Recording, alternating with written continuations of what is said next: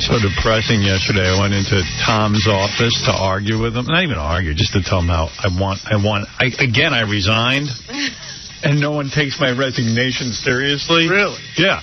I mean, I said, Tom, I need out of this job. I want to be gone. And he just said no. No, he just doesn't answer. And I yell at him, and I go, this is my frustration. But I'm in there. He took over Mel's old office, and that's even more depressing. It's a big, beautiful office. It's just way bigger than he deserves. With all kinds of old radios. And I'm going to smash every old radio in there. Next time I go in there and get upset, I'm going to throw all the radios out the window. All right. Come in. We'll come in and help you out. You're hearing glass smashing. I think Tom would have an old robot collection. Oh, I go back there, I go nuts. He's got the big desk and the great view and the plants and the... It's almost as depressing as the Bill Hicks book. Yeah. It's just so depressing seeing him in Mel's office with the big door to the conference room. And you know no great thoughts are going in there. He's got an inner office, and then there's the outer office with the assistant. Yeah, and you know that office has been for somebody who has great thoughts. I mean, you know that great things. Like Mel used to sit back there, and you'd find that he just acquired 5 radio stations. Or one day he came out of there, he had bought CBS. Nobody thought it was possible. Now Tom comes out of there and goes, what? I mean, nothing happens. Tom comes out. Going to Italy. Here, let me show you a map of Chiasano. Tell Benji not to pleasure himself. I don't think you should run the promo with Mark McGrath. He's going to for this. We had a meeting in his office yesterday. Yeah. The in and out box were completely empty. Oh, that's cool. He's got the in and out box on his desk. And then neither one of them is working. There's nothing in there. There's nothing in, and there's nothing going out. What is in my inbox today? That's all right. They've detoured all your in stuff to Frank Flores' desk. There you go. Guy with a brain. Here are my pictures from Montana. That's in his outbox. Big sky. I tried to stuff Tom in his own outbox yesterday. So they take him out of here. Get him out of here. Put me in the outbox. Yeah, instead of throwing the radios, just stuff him in the outbox. Going there for a meeting, it is depressing. There's nothing in the in or out box. Nothing going in, nothing going out. I am very efficient. I took care of my papers early this morning. Nothing goes in, so nothing can go out. That's great. In and out box. I'll go see if the toilets are over in the clean area. I think I'll off the window. I'll march down the stairs backwards. Yeah, during the blackout here, he walked down the stairs backwards. 2 at a time. 2 at a time. Something different. Something different. Next trip, I will hop on 1 foot. That's what he told me, something different. Yeah, he had been up and down many times and decided to do it backwards just so it'd be different this time. Now I'll wear a dress. Ronnie's having his birthday party tomorrow night at Scores. Yeah. And can't believe Fred's not going. Why? I can't believe his reason. Because the pool cover has to be put on. Well, I mean, it's everyone's walking around here going, how about Fred's explanation? The pool I'll tell cover. you one thing. You people have a lot of, like, time to do nothing, if that's what you're worried about. John, now, come on. No, Fred, you know what's funny about it? See, John's just trying to get out of his marriage, so he'll look for any excuse to go to school. Whoa. You said you had to bring your grill in. You know what? You know, I work for a Scores party. The past couple weekends. I'm working next weekend. I have 1 weekend to do what I have So we'll to hire do. a guy to bring the grill in. I got to do it myself. A grill-in. It's not that big a deal to me. Why is it such a big deal to you or John? Well, we're all getting together, all the guys. It's going to be fun. So what? We'll get together next time. There's always another scores party. I don't understand like scores is going you away. guys You can't don't wait. seem to see each other when you're there anyway. Yeah, Nobody's looking at anybody. like Who's I'm talking going, to anybody? I'm They're getting going lap early. dances. I'm having dinner. I'm going to be drinking. No, I hang out with Fred at the Scores. I'm making it a whole boys' night. I don't hang out with you, John. I'm getting lap dances. No, when we hang by the bar and chat. For 2 seconds, I talk to you every day. There's always more scores. You want to know something? I'll admit, Fred, I see Fred at Scores. I get as far away from him as possible. You head in the opposite direction. Because I don't want to waste 20 minutes listening to Fred drone on. But I'll tell you what. I just can't believe Fred wants to miss it. Scores? Really? How do you miss Scores So to if take I'm in your grill? If I'm such a bore, No, it's fine. and I'm I just such a can't believe it. drone, I don't think Fred. it's that exciting for Fred to go to Scores. Why? I don't think it's a big deal. Yeah, Chicks, they're naked. Is it because Fred had a daughter, do you think? Something's going on. Because you love Scores. I love Scores. No, a lot. I think Fred enjoys himself at Scores. It's no big deal. It's not a big a deal to me as it seems to be to other people around here, mainly John. Why are you laughing, John? Because I don't know why you're picking on me about No, because this. that happens to be true. Well, hold on a second. That happens to be you. You're the guy on this show who's trying to figure out how he can cheat on his wife legally. No, the only guy, Fred. The only guy. Hold on. Fred, you wouldn't like to have with another woman ever in your life? Would I? Yeah. But I'm not sitting around. No. I'm not sitting Answer the around. question. I'm not sitting around. Would you thinking want about? to? Would No. you want to? No. You never would ever want to have anybody else. I'm a married guy. Oh, get out of here! I'm a married guy. Yeah, I'm a married guy. I love my wife, but I mean, if she said to me, you don't love her that much. yes, I do. But if she said, "Hey, You don't love her John, much. it's okay." You don't love her enough to buy her a coat. Oh, if she said to me, "It's okay to Spend go money have somebody," posters and she if goes, she's, if she said to me, "It's okay to go have somebody," I mean, I don't think. Rocky posters. John, you're losing this argument. No, I'm digging not. a hole deeper. No, You're traveling Fred. 4 hours to move your grill inside. I ain't losing no argument. There's other things. You There's other things. Your pool besides guy's the gonna lay the grill. pool cover on the front lawn. I have a pump that's sitting outside. You're taking the jitney to move your grill inside. I don't know. You know, John, it's not such a big deal to me as it is to you. What can I say? Come on. I'm not as desperate as you are, I guess. And plus, why does the girl got to be inside? I'm not as desperate as you, John. Why are you bringing the grill in? That's What's a so good point. important about the grill? Because it's going to be winter. Yeah. I mean, there's Cover other it. things I got to do. I got to make sure that everything's in where it should be. I got to take care of a car. I got to put my wife's car in storage. Put the cover on the grill. Leave it outside. What kind of grill? How much did you spend on that grill? Probably about 400. Yeah, I mean, it's not the It ain't Rolls going Royce. anywhere. It's not the Rolls Royce grill you have, but it's a No. nice grill. But I'm just saying, so put a cover on it. And take it in. Whatever. And go to Scores and have yourself a good time. It's like not a big deal to me. Wow. That's weird. I don't know why that's weird. Scores is a big deal to me. Okay. Yeah, and I don't know what. I'm the only And one who it's likes fun, to go the to guys. Scores. Everybody likes to go to Scores. Yeah, but you seem to take a get out. very strong interest in it, John. What? You're the only guy on this show I know that comes in here and is trying to figure out ways how he can get his wife into a threesome. Wait a second. I'm the only guy. You're the only guy. Yeah, like that I've Gary heard. wouldn't want that. Artie wouldn't I've want never that. heard. I don't have a wife. I've never heard Artie. I've never heard Gary. Get the hell. I've never have It's ever every heard guy's dream to want that. To want that to happen. To the degree that you go. What? So then you must be a then because that's Not to the degree that There's not you a guy go. alive. Sex isn't that important to Fred, though. I'll tell you that.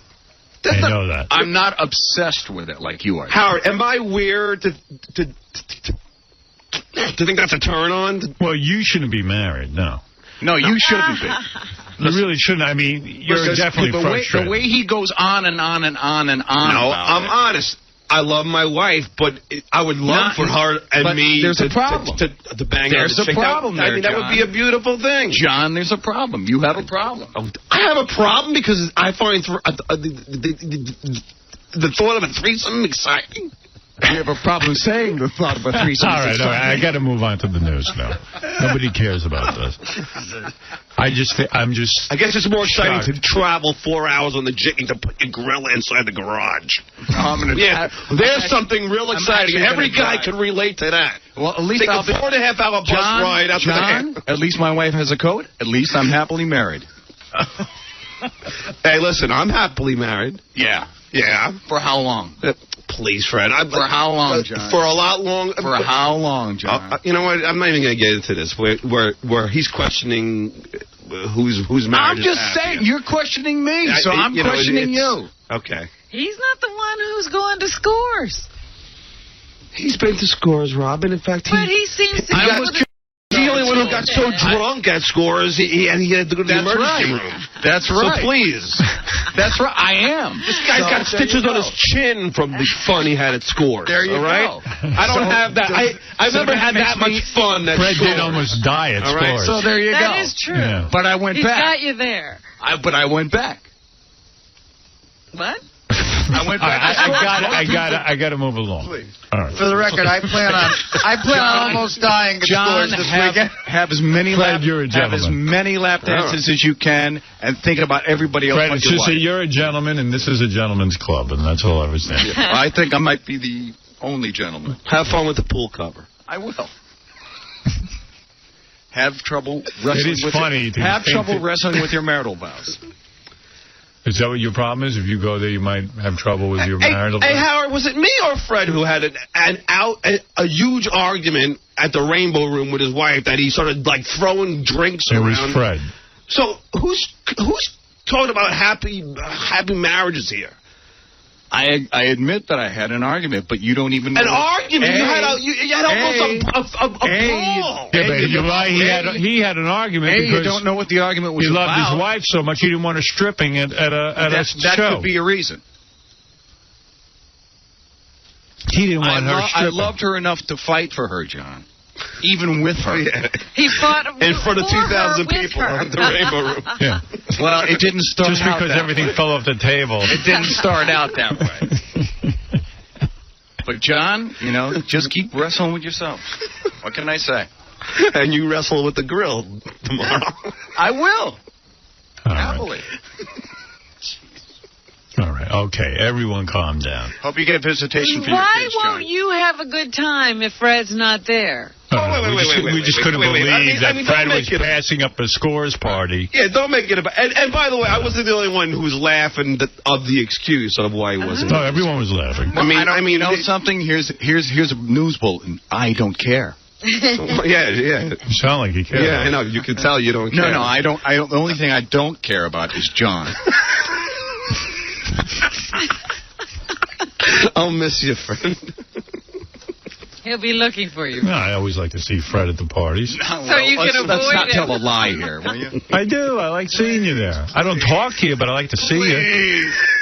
You're like wallpaper. I feel weird if it's not on the wall. There you go. I don't talk to anybody when I go to Scores. I concentrate on the women and the drinking. Talk to John. No.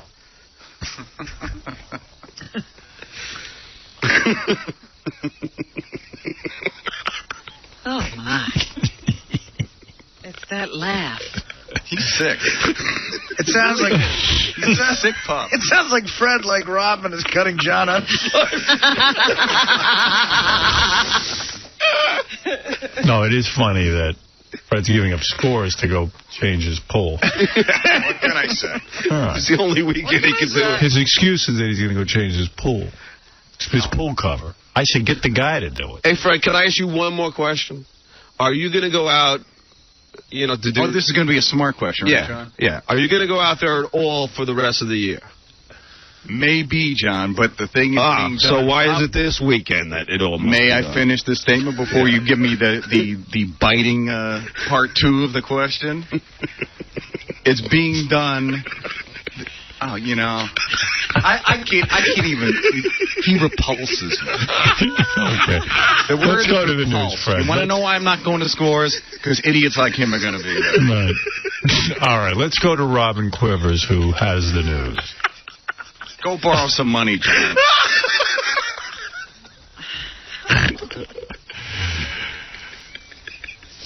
All right. I can't see how you're friends with him. I really can't. I don't either. I love you, Fred. No, you don't. Yes, I do. No, you don't. You know I do. Yeah. You know I do. No, you don't. Yes, I do. Stop. You know I do. Stop. What is this? Is this going to be a different thing when you get off the air? It's going to be like Gary O's. You know what's great about Fred Howard? He makes fun of me nonstop on this show. He does my impressions. This is true. So then, but then you say one thing about him. Like, yeah, but John, you're the same way. You don't talk to people for 2 days when they say something about you. You're the biggest baby. All right. Can I jump in with something? Yeah. John's like, everybody's laughing at Fred. The reason why everyone's laughing at Fred is because John brings up every second during the commercial. Yeah. What? You're the one who brings up during the commercial. Can you believe Fred's not going? Oh, thanks for selling me out, Kat. All right, let's go to... Thanks, Gare. Yeah, thanks for pointing that out. That it was me. First of all, the truth is, it was me and somebody else John laughing about it the other day. Backstabber. No. John the Backstabber. I got to go to the news. It was funny the other day. Me and somebody were laughing go to the about news. it. No, the only person who was laughing, John, was you. No, that's not true. The only thing they're doing is they're laughing at That's you. not true. And no, that wasn't true. Gary Shadow just ratted out John. There you go. Let's go to the news. People are crazy in this heat. My beautiful girlfriend Beth was attacked on the street yesterday. I was shocked. She was walking along the street, and a black guy, well-dressed black guy in like a matching one of those jogging outfits. Yo. Just walks up and grabs her. Like, just yanks on her arm and grabs her and twists her around. Yo. Nobody does anything because everyone's afraid, you know. And the guys get aggressive with pretty girls. I mean, it's something with the heat, so... Yeah, I mean, what kind of guy was this? It's not a working guy. It's hard to know what he was. I mean, and then, like, you know, he was trying to... And then she kind of wrestled her way away from him, but Jesus. And then a guy we know just happened to be around there, and he, you know, stepped in, and it was a whole thing, but the guy got away. And one of our crazy street dwellers. Well, she said she was walking down the street. Forget about the black guy for a second. This is a white guy story. This guy, it goes in all colors. This guy stops his car in the middle of the street. This is a different guy.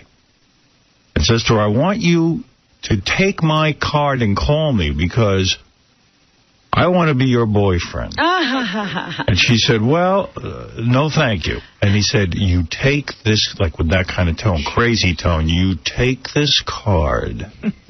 God. Because I am going to change your life. Either now or later. So she said, no thank you. I'm going to change your life. I insist you take this card. So she takes the dude's business card. I got it right here. It's in plastic. Well, let's call him. Yeah, let's call the guy. I want to call this guy. Yeah, let's call him. Well, you know, by government law, I have to tell him that I'm calling to be on the air. He might not want to come on the air. But I could have Gary dial it right now. Well, yes, let's have Gary pre-clear him. Yeah. I want to find out how he's going to change her life. I'm the girl you stopped yesterday. I'm her representative. Now, just exactly what kind of proposition do you have? Yeah, let's hear, because if it's better than the one I'm giving her. Here, here's the guy's cell phone, and this is his business phone, so. Look at it, it's in plastic. What kind of card is in plastic? Big, important card. Meanwhile... So how do you want me to handle it? Like, how do you want me to... Call him up and say, yeah, you know, it's the Howard Stern Show, and we'd like to put you on the air. And you say, why? Howard wants to interview you to discuss your business card that you gave out on the street the other day. Okay. That's all. I mean, let's be honest. Let's keep it real.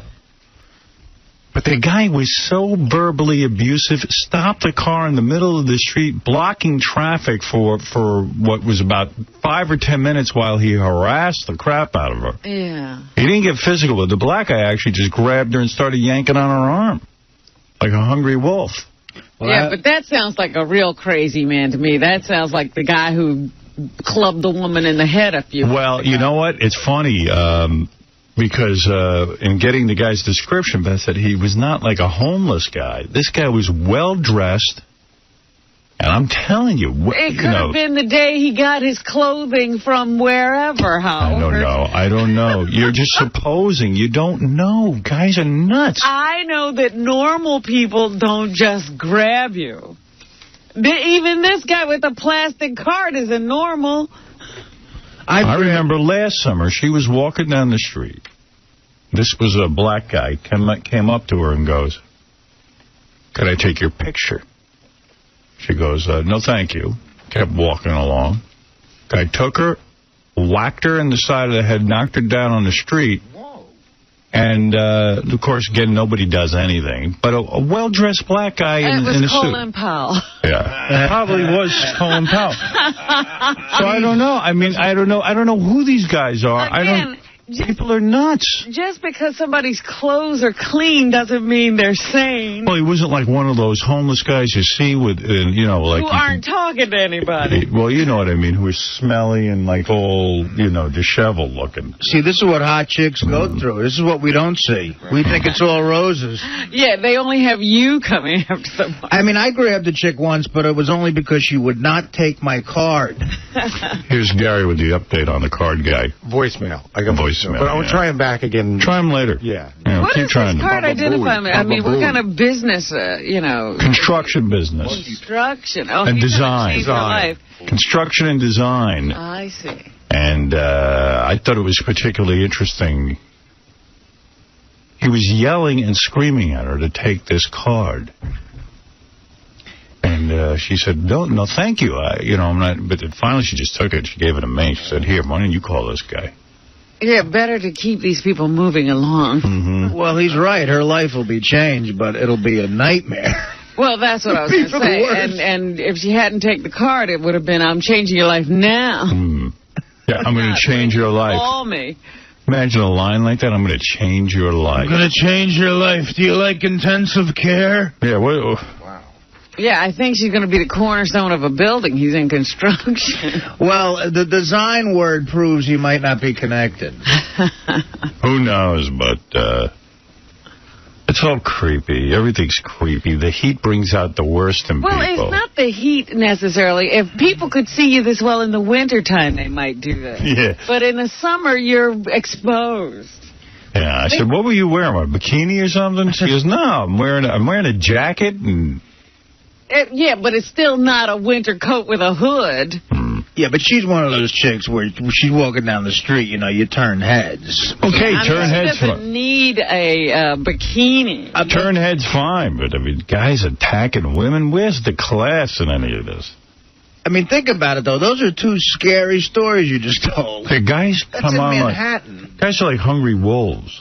Yeah, but they surround in a pack and start to gnaw on your feet. Well, yes, that's true. You don't read the paper every day about these gang rapes? It even happens in high school with the wrestling team. Yeah, but you got to show some restraint. I mean, I've followed chicks for blocks. I have. I mean, especially... nothing wrong with that, as long as you don't...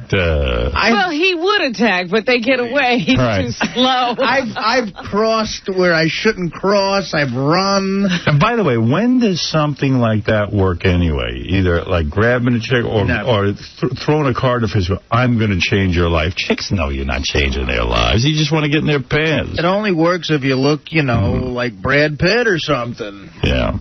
There are girls who take those lines. There must be. Guys wouldn't still be using them. There's a lot of dumb people in the world. Really, you're giving people too much credit. But in all seriousness, Artie is one step away from a business card. I'm thinking in plastic. About getting some made up. Yeah. He didn't know about that lamination technique. Did you ever see a hot chick from behind and then you run to just see what her face looks like on the street? It's such a great, anticipation. And it's always bad. It always disappoints. Always. Dennis Leary, when they did that roast of him. Yeah. They had a funny, like, scene right in the beginning, like the intro to his roast. They have him sitting at a bar, and this hot chick is shaking her ass from behind. She turns around, she's a real butterface, and he screams. It's like, oh. Yeah, it's one of our great disappointments in life. Yeah. The butterface phenomenon. I saw that the other day. I was going into a store, and from behind, you'd have thought this woman was 15. And she was 50. She had the little itty-bitty bike shorts. And the little blonde hair. top and the blonde hair up in a little ponytail. Yeah. And she's walking along, and you get in front of her, and it was like, whoa, that woman's 50. That's always weird, man. That's always weird, that whole shock. Because a lot of older women now can fool you.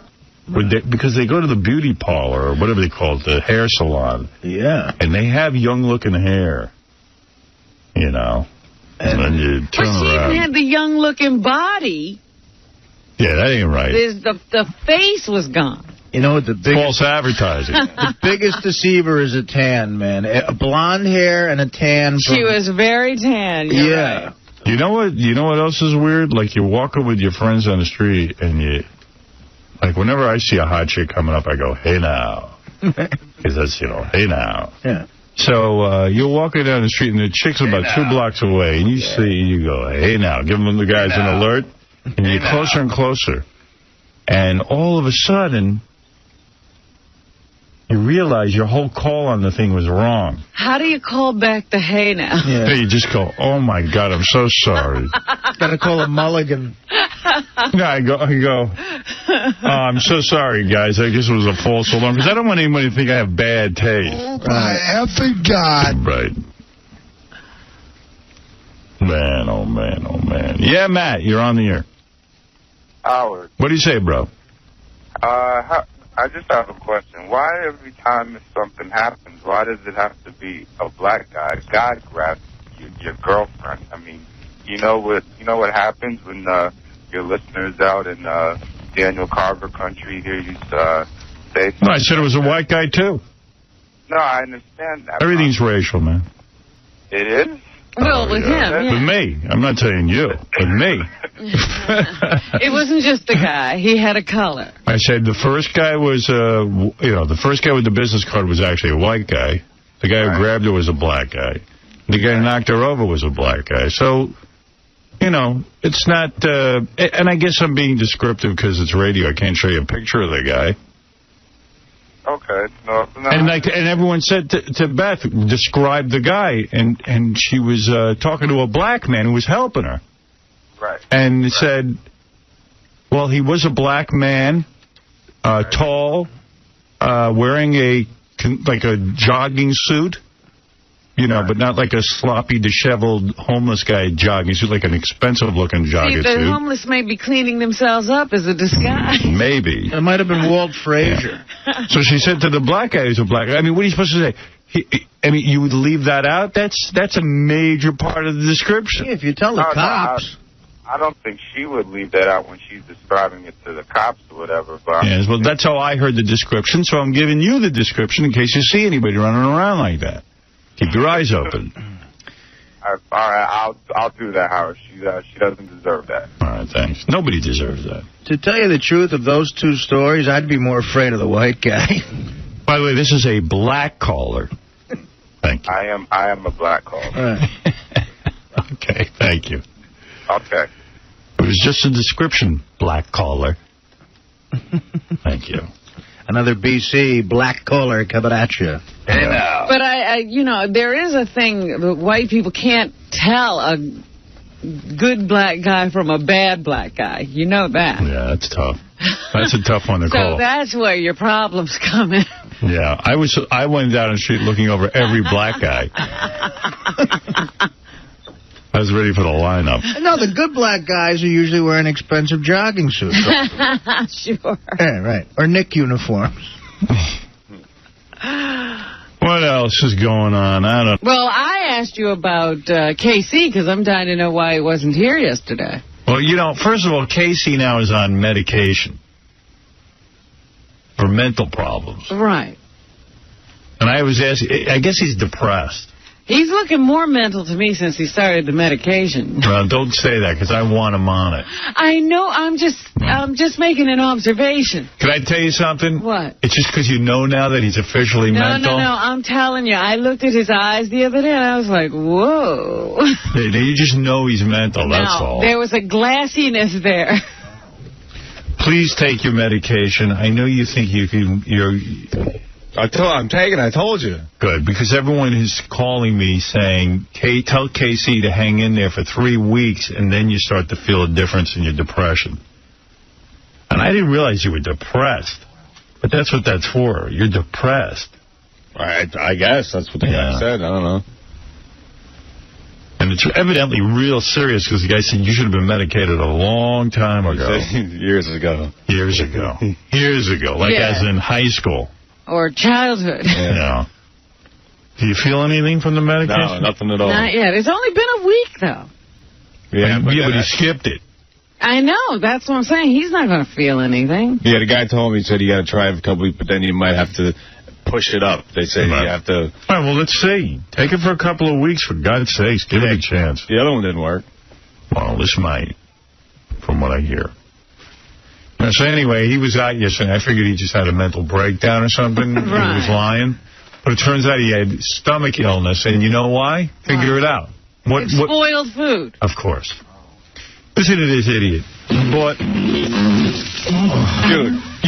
how many steaks did you buy? 10 steaks? Last one, probably about like almost $100 worth of steak. All right. He bought $100 worth of steak before the blackout. And chicken before the blackout. All right. So we have the blackout. He's away. He did some gig. Oh, okay. He was out of town. Comes home. He looks in his... Now, he knows the power was out till Sunday. So that means it was out Thursday, Friday, Saturday, Sunday. Okay, it's 4 days.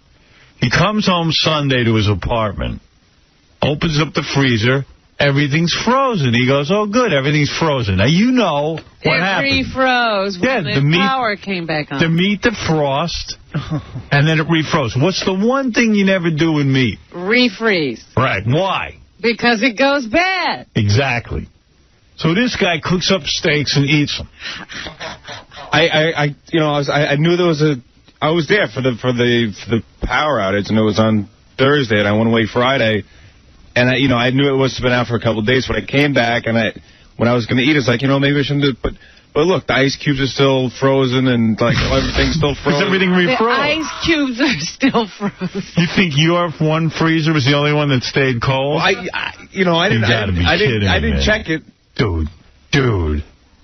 Also, of course it was. The meat it wasn't brown or nothing. It looked okay. Dude, everyone has thrown out everything they had in their freezer. Period. And I was thinking, like, all right, so unless it went out for like an hour. No, because mine was out for days. Days. Yeah, but I was eating it, so I like doused it. What'd you eat? Steak? It was steak. Was it bad?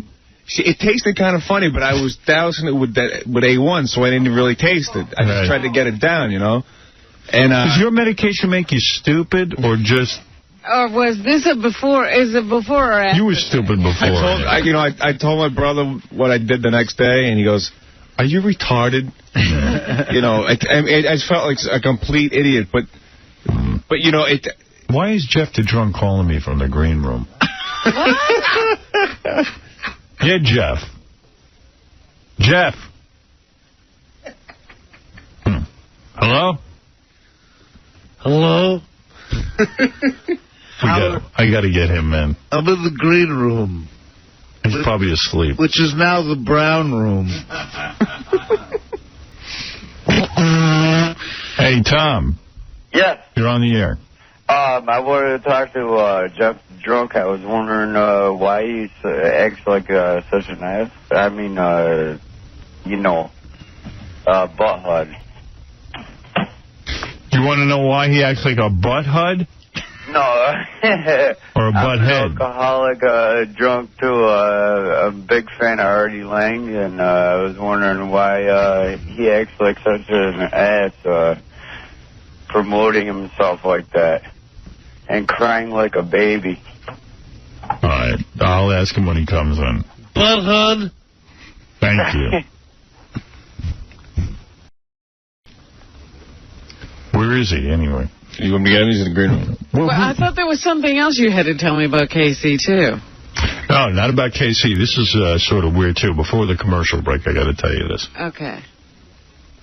So remember like a month or two ago, somebody from Court TV, is it Court TV that did the DNA test? Yeah. Okay. Court TV came up with this idea. They said, hey, give everybody a swab.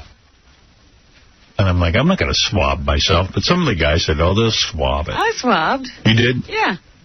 Well, Court TV found something real. There's only one funny thing out of all our DNA swabs. Yeah? What was it? Because remember, the original idea was to find out if Baba Booey was part black. Right. Because everybody kind of thinks he's kind of black. Or something. Yeah. Was it Court TV we asked to do this? Yeah. I just want to make sure. No, I don't think it was Court TV. What was it? DNA. I have the plug. I can get it for you real quick. Who are we plugging? It's like DNA Genomics or something like that. I can get it for you real quick. Okay, yeah. I want to make sure it's the right plug. That's what I thought it was. It's not tied into Court TV? I think it is. How come Will doesn't know that? I don't know. What is he doing? I was reading a plug that was saying it was Court TV was helping us with that. So maybe there's another company that does it for them, but Court Yeah, but it's Court TV. Yeah, Court TV, I think, is taking the credit. Yeah, because they're the ones who ran some other tests for us, right? I think that's who we're plugging. Not the company. Dude, come on, what happened, man? Here. There's something funny? I think we're doing this through Court TV, though, right? The DNA swab that we did with everyone in the studio was DNA Print Genomics. No, I know, but I'm saying No, Howard, it's a plug. I think Court TV did some other things for us. This was a company that contacted us themselves. Oh, okay, all right. What's the name of the company then? DNA Print Genomics. DNA Print Genomics? Yeah. Why don't you give yourself an easy name, if you're a DNA company? Were all the easy names taken? I guess they're the kind of company if you want to find out if, you're, pregnant or who the father is. Who the father is. Baby. Yeah, you want to find out. So we wanted to find out if Baba Booey was part black, but we figured we'd swab everybody and see what's going on. Baba Booey. And there's one person on the show we found out one really funny thing about, and I happen to know what it is, and no one else does. Uh-huh. Who is it? And you're going to tell us? All I know is I keep looking at this person going, Jesus Christ. I never would, now it kind of makes sense. And I think this could actually translate into some money for this person. Really? What is this? Like major money. Well, why would they get money from their genetic screening? You gotta hear the whole story. Are we going to do this now, or are we going to save this information? Oh, come on, do it. Come on, you got to tell us. We had scheduled the guy for when we get back, but if you want to talk about it now. All right, I'll talk about it now. We'll still have the guy in. Okay. I will tell you after the commercials. Oh, you bastard. Come on, man. Who is it? Come on. I won't even... All right, I'm not even going to tell you who it is. Dude, who did the swabs? Who did it? Name the people who did the swabs. Robin, did you do one, Fred? Yes, I did. Artie, did you do one? Yes, I did. I did one, too. Casey, you did one? Yeah. Benji, did you do one? Benji did one? John? Stuttering John and Baba Booey. Why don't you tell us what it is, but don't tell us the person? No. It could mean money. Wow. I think... you don't know what it is, do you? No. I think it could be money in some weird way. Like, what did I tell? Like your heritage or something? You mean like somebody famous, or like just being in a part of a freak show? I mean, no, wait a minute. No, I have a thought about this, that this could turn into real money for the person. I don't know that much about the law, but the law? This is going to really shock the person, too. You think, wait a minute, will this change their lives? I mean, will it could, I think. One of those things. I mean, are they going to be happy about this news or sad about this news? I would be happy about it, but I think this person is going to be a little freaked out. Really?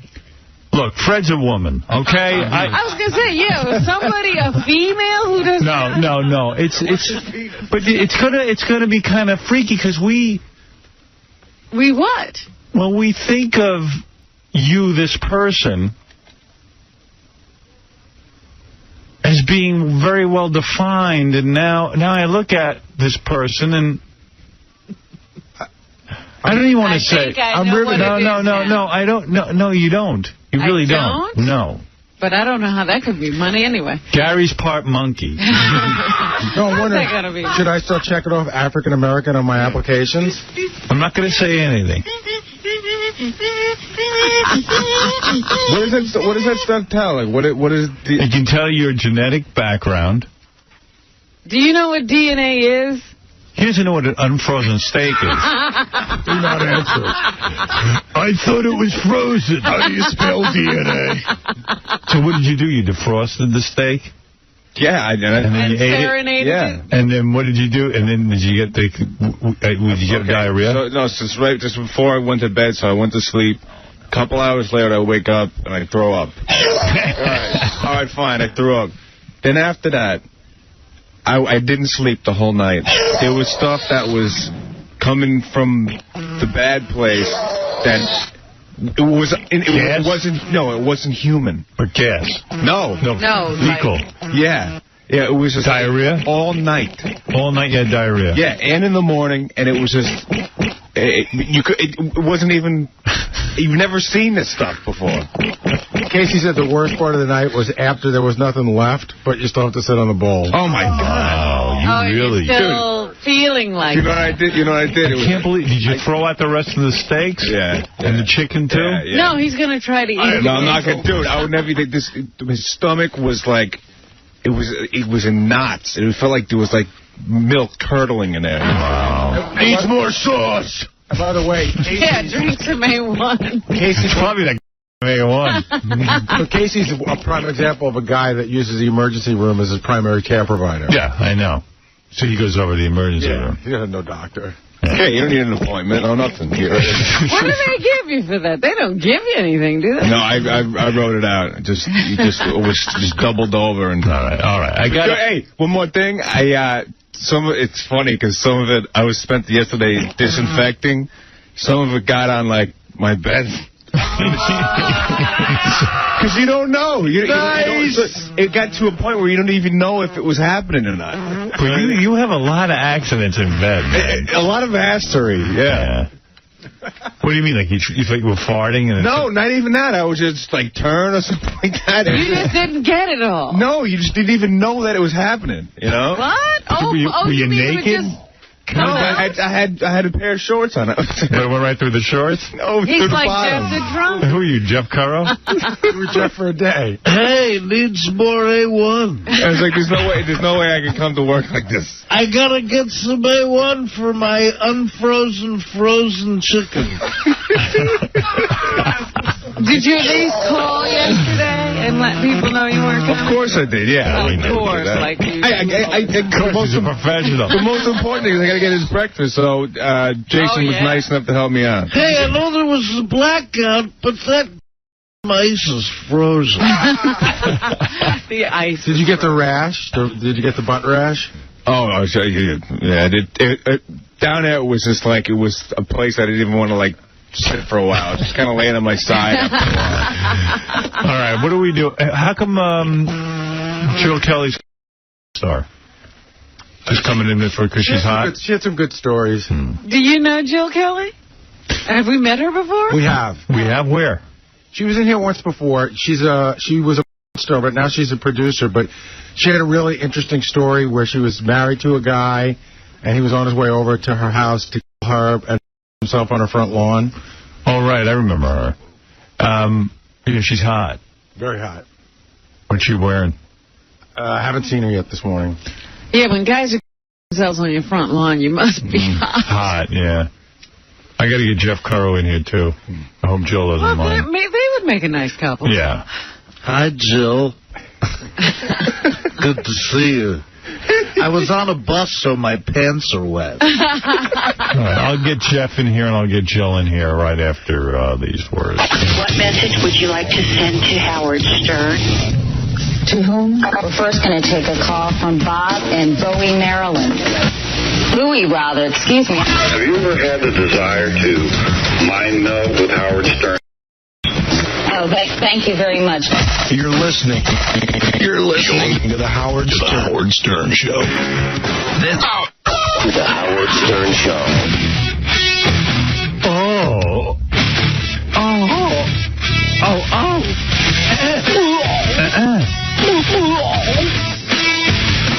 Would have been Arnold on E! tonight, but instead it's going to be smoking hot.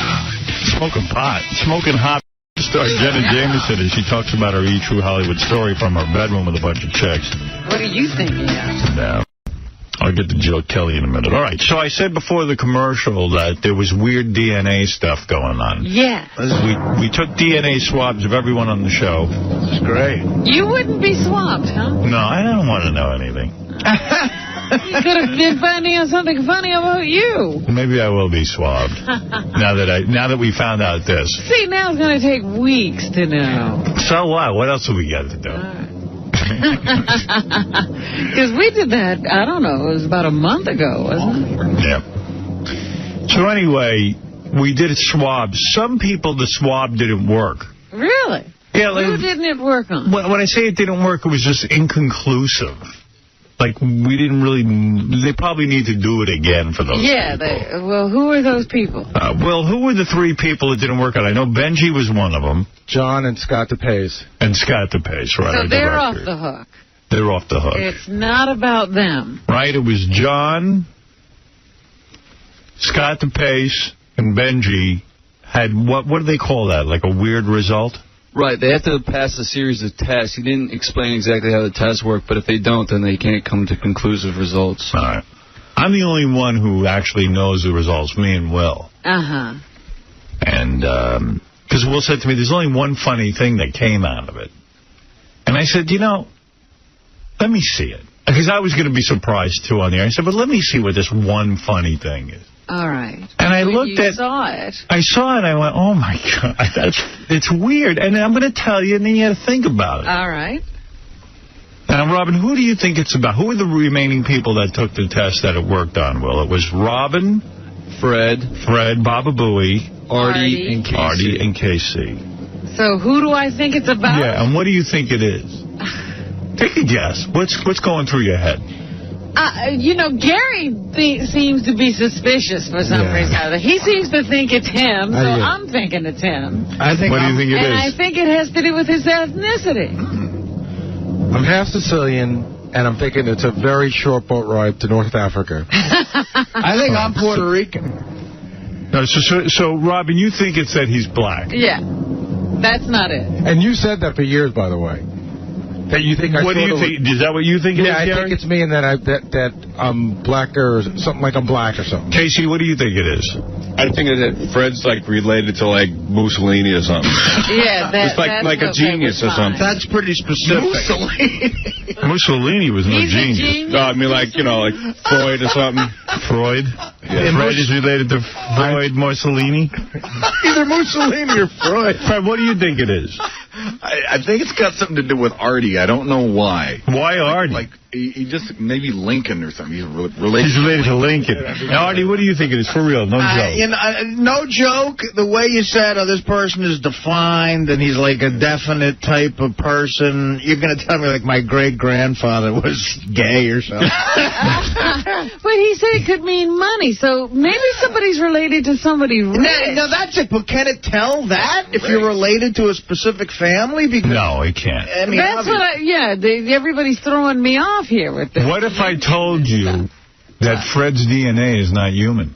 I would he's believe a Martian. that. I would believe and that he really is. He really, truly is a Martian. What if I told you Artie was my son? Well, that's a little far. Well, that would mean money. Get ready, pal.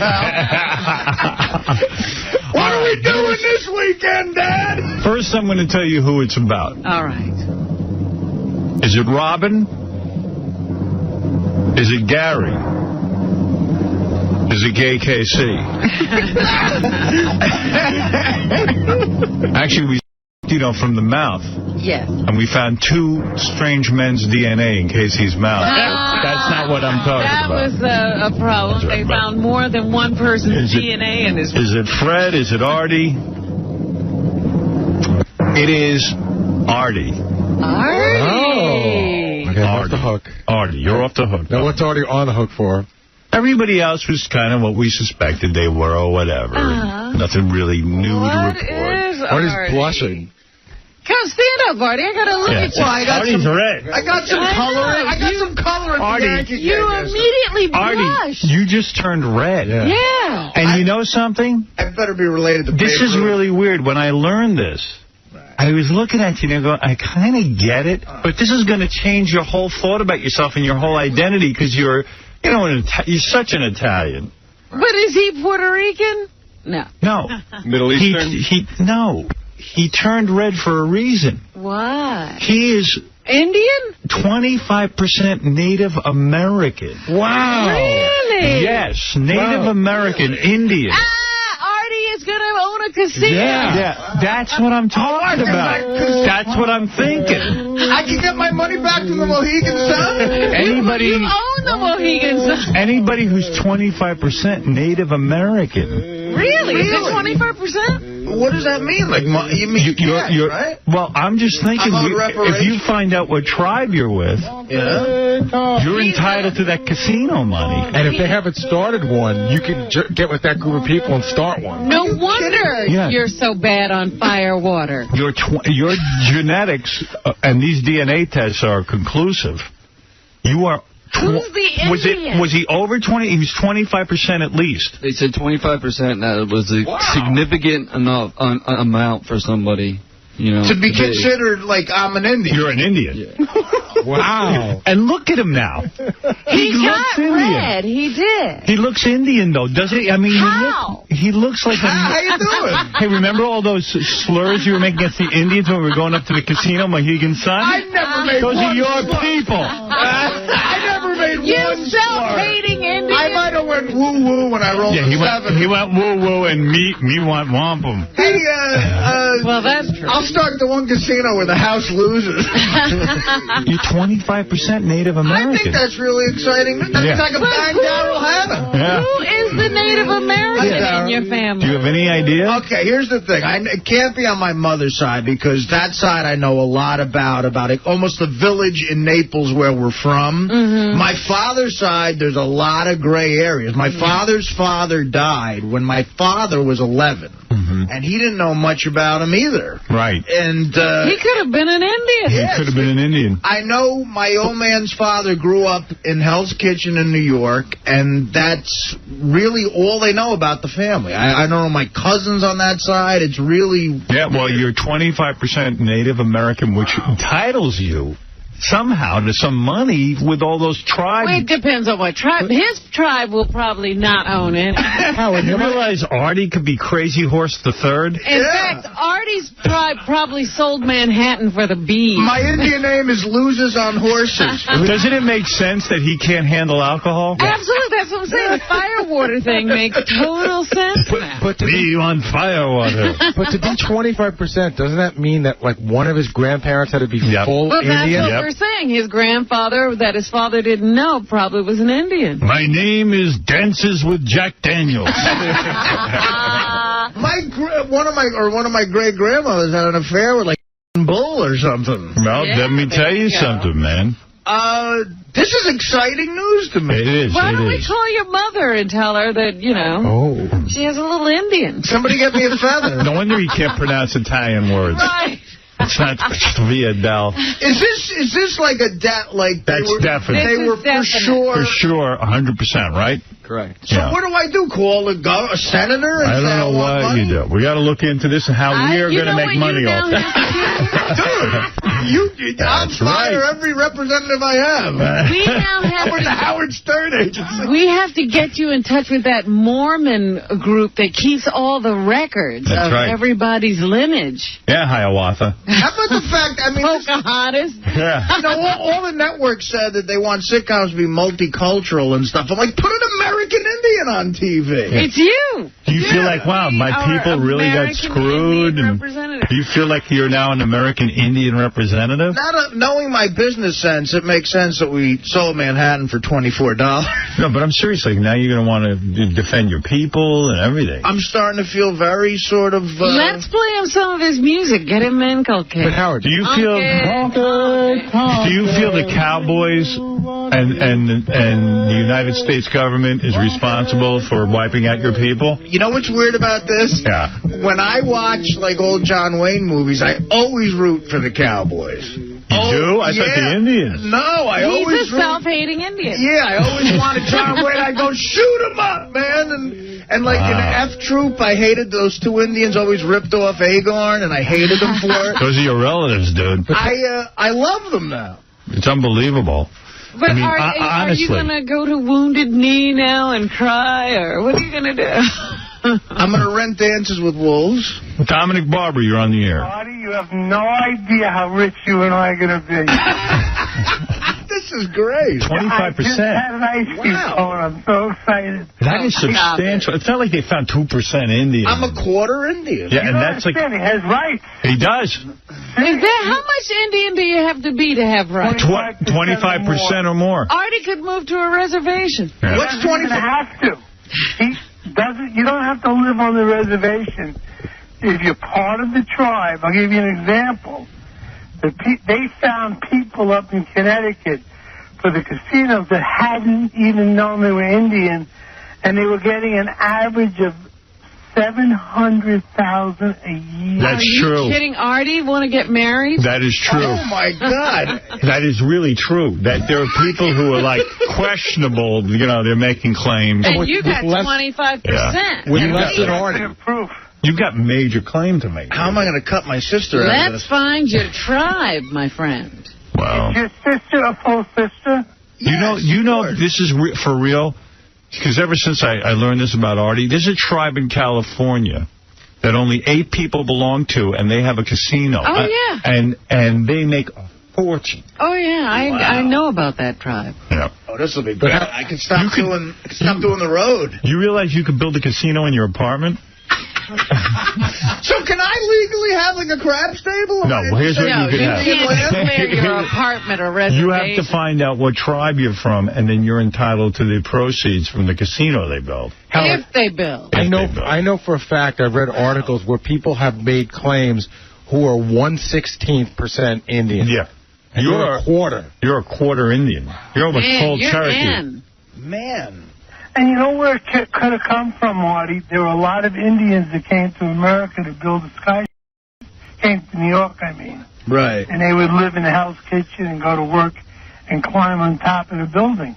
My father's father was from Hell's Kitchen. I know that. Look at him. Doesn't he look kind of Indian? I see it. I do. I swear I do. I used to think of him as that's an Italian look. But now I see that you got some Indian. Look, I got some color at the Yankee game. I look all Indian. You turn all red. Christina, you're on the air. Okay. Go ahead. My husband is a Native American Indian, and first you got to prove that you're part of the tribe. You have to register with the tribe, and then you have to pay dues to the tribe. Well, he has an excuse. He didn't know he was Indian. And I know he doesn't know that he was Indian, but he still has to find out the tribe he's from. He's he has to register and prove his bloodline. We're going to find out. That's what we're going to do. He's Native American. Start working on it in the office. That would be great. We'll get all the work. In back dues, I owe $25,000. Yeah, I mean, my husband gets fined for not going and digging trenches every year. He gets fined for not going back out to the reservation. You got to do a lot of different things, and they hate white people. We're going to do, well, we hate white people, too, so it's fine. Artie always hated white people. I'm starting to hate white people. Part of that tribe. Artie hates white people. Chris, go ahead. Yeah, Howard, I was wondering, what's Artie's real name? What kind of Indian name? Maybe Can't Win a Bet? No, not Can't Win a Bet. Dances with Jack Daniels. Yeah, Can't Win a Bet is my middle name. Cochise. Artie, do you remember any of the things you said at the crap table? Michelangelo, you're on the air. Hey, Howard, how you doing? Yeah, Artie, talk to Dominic, do your homework, because, I mean, all this time you were entitled to a free education. That's right. And everything, so talk to Dominic and do all the homework you can, because you probably got a windfall coming your way. Government owes you money. A free education. Free education. I can get my money back for the Connecticut School of Broadcasting? That's right. Howard, are you... Sitting meatball. So this means his sister is a quarter Indian, too? Yes, that's true. Are you interested in any of the other results? Do we have any other results? There are other results. That was just the best one. Yeah, Robin, I forgot to mention you're part Chinese. Oh, thanks. I'm going to get off the air. Goodbye. Jackie is definitely... All right. Dominic, get to work on this, man. I want to... Your sister's a squaw. This is actually exciting news today. Yeah. I know you're in shock, so calm down. I am in You shock. could give Artie 2 cows, and he would have to give you his sister. What else? What else you got there? Anything? The other ones were Robin was 84% African. Yeah. 84%? So what was the rest?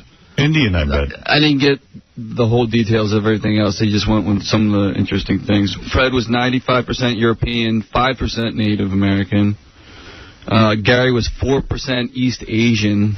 Really? 4% East Asian? How is that? Your eyes are a little slanty. What's East Asian? What, I don't know. Japanese? And Casey was 100% European. Wait a minute, I'm only 84% African? I told you weren't black.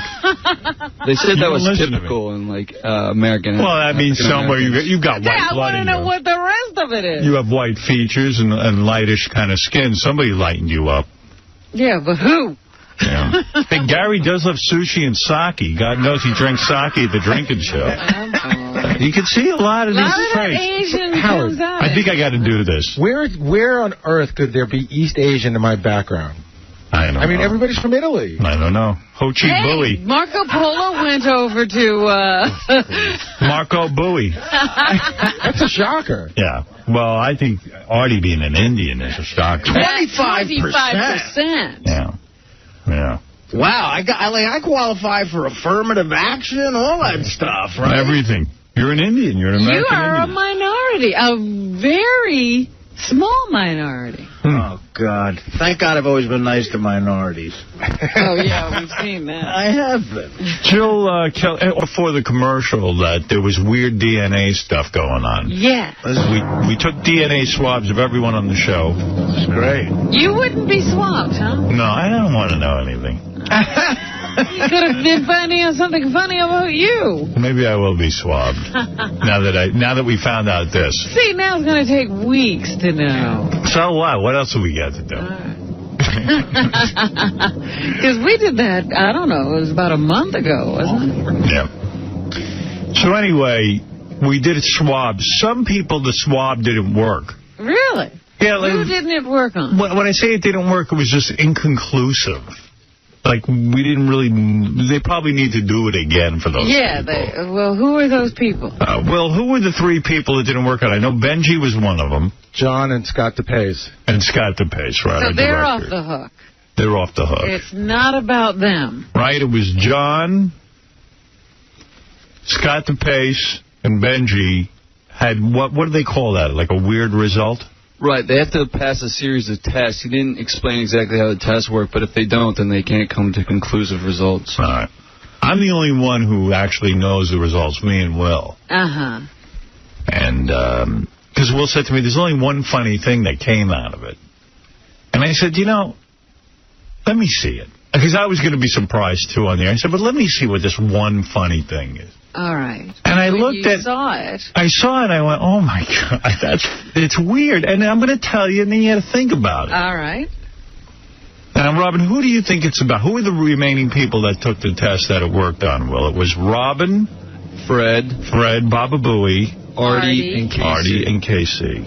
So who do I think it's about? Yeah, and what do you think it is? Take a guess. What's going through your head? Gary seems to be suspicious for some reason. He seems to think it's him, so I'm thinking it's him. What do you think it is? And I think it has to do with his ethnicity. I'm half Sicilian, and I'm thinking it's a very short boat ride to North Africa. I think I'm Puerto Rican. So, Robin, you think it's that he's black? Yeah. That's not it. And you said that for years, by the way. That you think what do you think? Is that what you think it is, I Gary? think it's me and that I'm blacker, or something like I'm black or something. Casey, what do you think it is? I'm thinking that Fred's like related to like Mussolini or something. Yeah, it's like a genius or something. That's pretty specific. Mussolini was no genius. No, I mean like like Freud or something. Freud. Yeah. Fred is related to Freud, Mussolini. Either Mussolini or Freud. Fred, what do you think it is? I think it's got something to do with Artie. I don't know why. Why Artie? Like he just maybe Lincoln or something. He's related. He's related to Lincoln. Now, Artie, what do you think it is? For real, no joke. No joke. The way you said, this person is defined and he's like a definite type of person. You're going to tell me like my great grandfather was gay or something. But he said it could mean money, so maybe somebody's related to somebody rich. Now that's it. But can it tell that if you're related to a specific family? Because no, it can't. I mean, that's what everybody's throwing me off here with this. What if I told you that Fred's DNA is not human? I would he's believe a Martian. that. I would believe and that he really is. He really, truly is a Martian. What if I told you Artie was my son? Wow, that's a little fun. Well, that would mean money. Get ready, pal. What are we doing this weekend, Dad? First, I'm going to tell you who it's about. All right. Is it Robin?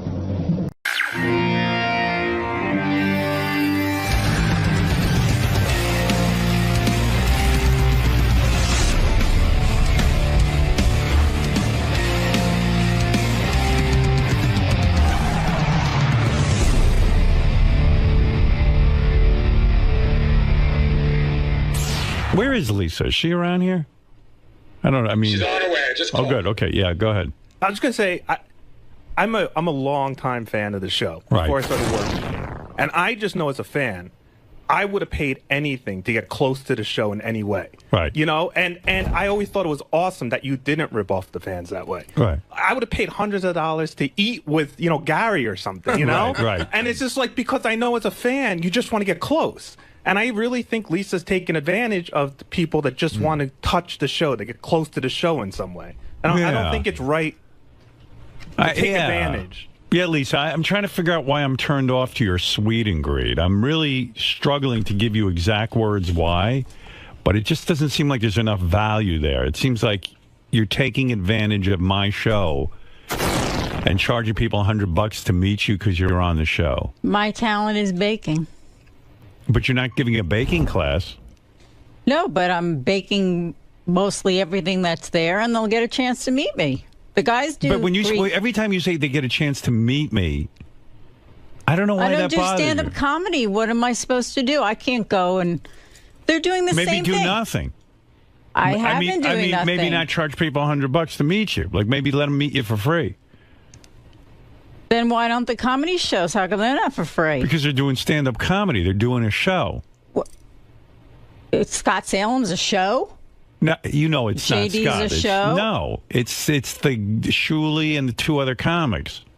Okay, so Those why guys is are Scott there. and JD making money? Or Ronnie? Well, maybe because you should have joined that group. Hold on. Yeah, maybe you should go on the road with them. Why? Yeah, that would be fun. What I'm saying is because wait a minute. Why are you knocking our show? That's what I don't understand. No, but can I just say something? I'm not knocking your show. I never said I was a comedian. Let's get that straight. No. What I'm saying is, hold it. Before you hijack this conversation. See, but because his whole show is a show. And it's kind of a joke. But when they come to see you, there's not even a show. Like, he does get up on stage and, like, entertain the people. I mean, it's shitty get girls entertainment. Up to take their clothes off. Well, he does. I mean, he does something. You just said it's shitty. It's a shitty show, but it's at least an attempt to entertain. This is my attempt. Yeah, but your attempt is to do nothing. Hey, I was thinking, while you guys are here, I was thinking about this whole Lisa G thing and the sweet and greet party. Yeah. Because I was trying to wrap my head around it yesterday, and I couldn't quite figure out where I stood on it in my head, But one thing did occur to me, and I really do feel this way, that if Lisa's going to use the show to get, the only reason people are going to see Lisa's Sweet and Greet is because she works on our channels. I'd surely be the first one to attest to it with the Ronnie Block Party. Absolutely. But the distinction I do make, and it was brought up on the show yesterday, Shuli and the guys always have Howard TV there or the news department, and they provide something back. They provide a television element or something or a radio element. And it did rub me the wrong way when Lisa yesterday said, I mean, in a real way, like Lisa said, hey, I'm not doing this for TV. You can't pick and choose. I agree. If you want to come on the air and you want to promote your sweet and greed or whatever you're up to, don't tell me the quid pro quo isn't there where you're going to provide some kind of entertainment for us. Right. You know, and this idea that I don't know if the fans want to be on TV. What fans don't want to be on TV? They all have Howard TV. Yeah. They're all dying to be on there. Yeah, and if they don't want to be, then don't use my fans. So here's my ruling on this. I guess I'm okay if Lisa wants to charge $100 for people to see her, or Shuli wants to charge you. But don't sit there and tell me you're not going to be on Howard TV. Then if you're going to be now a performer and you're going to use my audience to show up at stuff, then you got to play ball. That's it. I really do feel that way. That ain't right. There are times I told Doug, give me a camera, one of the small ones. I'll film stuff while we're on the road. After shows, I'm going around interviewing the guys and fans, with my recorder. And if Lisa doesn't want to do that, that's fine. But don't bring it up on the air that you're doing Sweet and Greet. And don't use the airwaves for that. Because these are my airwaves. If it's a private, personal thing, don't use this show to promote it. Right. I really do feel that way. And not just for Lisa, but for everybody. And one thing I will say about Benji. Benji lets me come and videotape him and his girlfriend singing. And there's some of the funniest shows on Howard TV. And I hate being on TV. What? I hate being on TV. Yeah, and once you started that, I even said, we gotta, no, like you didn't want anyone taping in your apartment, but you said, okay, I'm going to do it. Yeah. And that's fair. I can't understand why she wouldn't want it. It would make it... Well, she's not understanding that. Actually, that's the only thing that's... If you're going to be in this business and you're going to be on the Howard Stern show, if the TV is there, it actually becomes something people like. They even pointed out yesterday that they were on the balls of their butt with the Ronnie Block party until you saw the footage and it went on Howard TV. Yeah, what you do is you pray that it gets on Howard TV. You're 100% right. And then your business grows. So anyway, that's my ruling on all of this. If you've got restrictions, then I've got restrictions. Don't bring it up on the air. Don't mention it on Howard Stern Radio, Howard Stern TV, because to me it's all Howard Stern everything. It's a business. Howard, if you care, Lieberman gave me sort of an update. What's up? Tell me the update. She called everybody who bought a ticket. Yeah. And everybody's up for being on TV except for one person. Yeah, so she's trying to figure out how to handle it. I got it all figured out. Never, ever bring up anything you're doing outside of these channels again. And if that person doesn't want to be on TV, tell them not to come. Refund their money. Right. But from now on, everything is on TV. I don't want to hear people telling me they're picking and choosing, because I'm picking and choosing.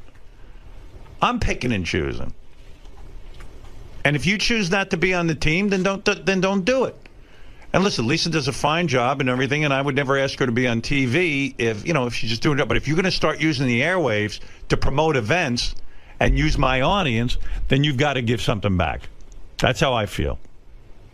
What do you think of that, Doug? Your Honor, I think it's a great decision. Right. That's why I'm America's judge. That's right. What is your ruling, Your Honor, on her appearing on Howard TV for interviews, like the behind-the-scenes shows? Sometimes she's involved, like when we go out with Benji with the Anthony Weiner press conference. Right. We did a behind-the-scenes show on that, and she was a big part of that, but she refused to be interviewed. What is your ruling on that? She refused to be interviewed without payment. That's ridiculous. I agree. This is all... Listen, it's like I explained the other day. What do you think we're doing here? Howard TV, to me, is no different than Sirius Radio. It's all the same. It's all promotion and promoting. It's the same thing if I said to her when she interviews me, Lisa, I can't be interviewed for Howard 100 News. I need to be paid for this. It's a thought that would never, that's ever psychology. cross ahead. If Doug Goodstein, every time we ask him to be on the air, and says I demand payment, I'm fucked. I got to get rid of Doug Goodstein. But you know what? When I went to Peru, Howard, I went to Doug and I said, give me a camera. Maybe some interesting stuff will come out of this. This was my own personal vacation. Right. But I just decided, hey, let everybody in on this. Thank God you did. And it was fabulous. Yeah. And my point is, if you're going to... Listen, you can't pick and choose how you're going to use the Howard Stern show. This ain't a Chinese food menu. We're all in this. And it's one thing, if, okay, you know, Lisa wants to work in the news department, not promote anything and this and that, the other, that's one thing. But don't tell me you're not going to allow a camera, and then I'm not going to allow you to use my airwaves. All of this stuff is good to us. We should be good to it. And it just doesn't go for Lisa. I mean, for everybody. It's the way it is. She also buried herself for when, if there is something after this, she said she works for SiriusXM, so when everyone moves on, she must stay here. Yeah, but what happens... She's not a part of the team. Right, and what... Yeah, right, exactly. And what happens if you start saying, well, I work for Howard TV, I'm not talking to Howard 100 News? Well, it would never happen. No, I know, because you're not that kind of guy. Okay. No one is around here except her. It's all fun. Yeah. No one's ever... I've been here 18 years. No one's ever... We've never had someone split hairs like this, ever. Like, it's just... Right. It's just not in anyone's well, I was head. thinking about it, and that's what I think was bothering me about it. There's a lot of... I mean, this place is... A lot of turmoil. Really? Oh, yeah? Oh, yeah. I mean, everyone. The wrap-up show was like... It was 15 guys in there just ready to unload on her yesterday. Well, listen... And no one wants to be mean and make her cry, but it seems... I think the thing that's frustrating the most is that she doesn't seem to get it. And it's just like tunnel vision, you know? It's like she sees it her way and we're all idiots. Well, I see it my way. Well, you're right. It's your show. You're the boss. How she feels about this ruling. But, I mean, if anybody else... Well, it's a clear ruling, Robin. I'm saying, look, anybody who wants to use these airwaves, the Howard Stern Show airwaves, you can't pick and choose how you want to use them. Yeah. If you want to start a side business off of me, because this is my audience, this is the way I look at it. You want to start a side business off of me? You want to sell something? All right, I'm open to it. But don't tell me that I can't bring a camera there. Fine, you don't want to bring a camera, then don't use the airwaves to promote it. That's how I feel. I mean, two-way street. Yeah, you can't choose how you're going to use me. I'm telling you the rules. These are the rules. The judge has spoken. Tell your mother, Shuli, and ask her a review. Ask her to review it. It's a package deal. You can't... It's a package... now you said something meaningful. Thank you. Package deal. That's a good term. I like that. Good for you, Shuli. And if Lisa wants clarification, or anybody else around here wants clarification, come see me. Right now. Right now is the chance to talk about it. Right, Doug? Absolutely. I mean, there's times when people don't want things on camera. Of course, we respect that always. Right. But to just shut it down is just unacceptable. Yes. The thing I don't get is putting it on Howard TV is only going to help. I mean, you may be in embarrassing situations, but ultimately... It's only going to help your product. By the way, Howard TV did a behind-the-scenes of me at AGT, which you sent me to watch last night, the preview. I thought you guys did a great job. Yeah, it was a lot of footage. The guys did a good job, for sure. Good job on that. And then you sent me something else that was kind of fun, too. Medicated Pete? Medicated Pete and Rachel Fine. Holy shit. Yeah? Is that for real? Dude, either he's the best actor in the world, or... What's happening? Rachel Fine on Fine Time. For those of you who have Howard TV, you got a real winner to look forward to. That is also, we use it as like a promotional show. It's on HowardTV.com. I was riveted. I had dinner plans. And on HowardStern.com. You can see it. Oh, you can see it. You can see it for free. Yep. Oh, good. On HowardStern.com. And HowardTV.com. Yep, it's up there right now. You got to watch this. It's a free show for anybody who wants to see it. Fine Time. Rachel Fine. Richie Wilson's fiance. Yes. She's on there with Medicated Pete. And Medicated Pete doesn't know how to eat. So while she's interviewing him, she offers him a cupcake. Yeah. Like one of those big cupcakes that we have outside from, what's that place? Crumbs, yeah. Like a big giant cupcake. And he's like, he starts eating. And somebody wrote a comment underneath that he says, Medicated Pete eats like an iguana. The cupcake is rubbing all over his nose and his lips start turning purple, and it's like he can't swallow or something, and he starts to eat it, and it's like he's like It's like, you know when brindlefly starts to eat in, right, you know? right. And he has to go, oh, excuse me. Excuse me. It's the most disturbing thing. And while he's talking, he's eating. And it's such a train wreck, fascinating piece of tape that I was late for dinner. I had dinner plans, and I had to finish Medicated Pete's interview. I didn't think I'd be that interested in it. I honestly watched it at least 10 times. I just watch it I just put it on and let it loop. Well, basically. the reason it's genius. Who is the genius that said give him a cupcake during his interview? I think it was probably Richie Wilson's idea. Richie Wilson. Yeah. That guy's a genius. That is incredible. Immediately triple his salary. Okay. Oh, that's right. We have no money. But look, there he is. Look at his face. Right. Oh, he looks like he just made a bukkake video. Yeah. That's on howardstern.com and howardtv.com and on Howard TV, the channel. Yeah, Howard TV. Oh, now, he God. can promote on my channels. And it's brilliant to keep interviewing him while that's going on. Right. Do you think, can I tell that weird story I told you about him the other day to prove that he's really out there? What is that? The one about that Joe Walsh's manager told me? Oh, yeah, go ahead. This is good. So I think the James Gang was playing down in Red Bank. Right. And Joe Walsh's manager, Smokey's a huge fan of the show, and so is one of the guys that runs the road crew. Right. So they're driving around Red Bank, and one of the guys goes, holy shit, that's Medicated Pete. So they pull the car over, and they go to Pete, get in the fucking car. And Just Pete like that, right? Get in the fucking car. Yeah, and so Pete gets in, and they go, you're going to be roadie for a day. Pete doesn't know who these people are. He doesn't know. He gets in the car. He gets in the car with complete strangers. Right. They bring him to the gig, and a couple people are like, oh, my God, it's Medicated Pete. They're taking pictures, and he goes, all right, cut the shit. Go grab that box. And they made him work the whole day. Right. He's like, you're roadie for a day. But Pete just got into a stranger's car. Wow. He is weird. And the weirdest part is that was a year and a half ago, and he's been here 3 times, and he's never told us that story. Yeah, how weird is that? Like, something cool happened to him, and he doesn't even talk about it. Never even mentions it. Yeah. I have a feeling that happens to Pete a lot. Like people just grab him? Yeah, like he just gets into random cars. Like, sometimes he's raped. Sometimes he's, who knows? Sometimes he never tells you any of sometimes he's a huge rock star's roadie. It's just whatever happens to him for the day is the day. And he's somehow still alive. It's too much. I brought him to a gig once that I did in Jersey. How'd that go? He comes to my room before the gig to get ready, and he goes to the bathroom to wash his hands, and apparently he washes his hands for like 15 minutes. Oh, he's got that, huh? So, because when I walk in, there's a lake in the bathroom, like just a huge flood of water. He's all sloppy. And he's up on stage, singing Purple Rain with wet spots all over his shirt and pants.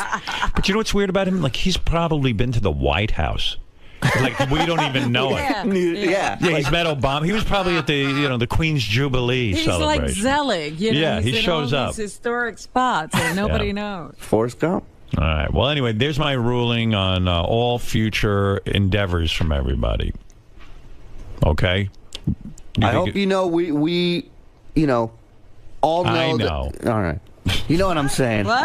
I'm just nervous, man, because kind of makes everybody kind of. You don't want to have Lisa send me over the edge, and then I'll stop all the fun. Yeah, because you could be you're well within your right to do that. And right. I think it's fair. It's fair.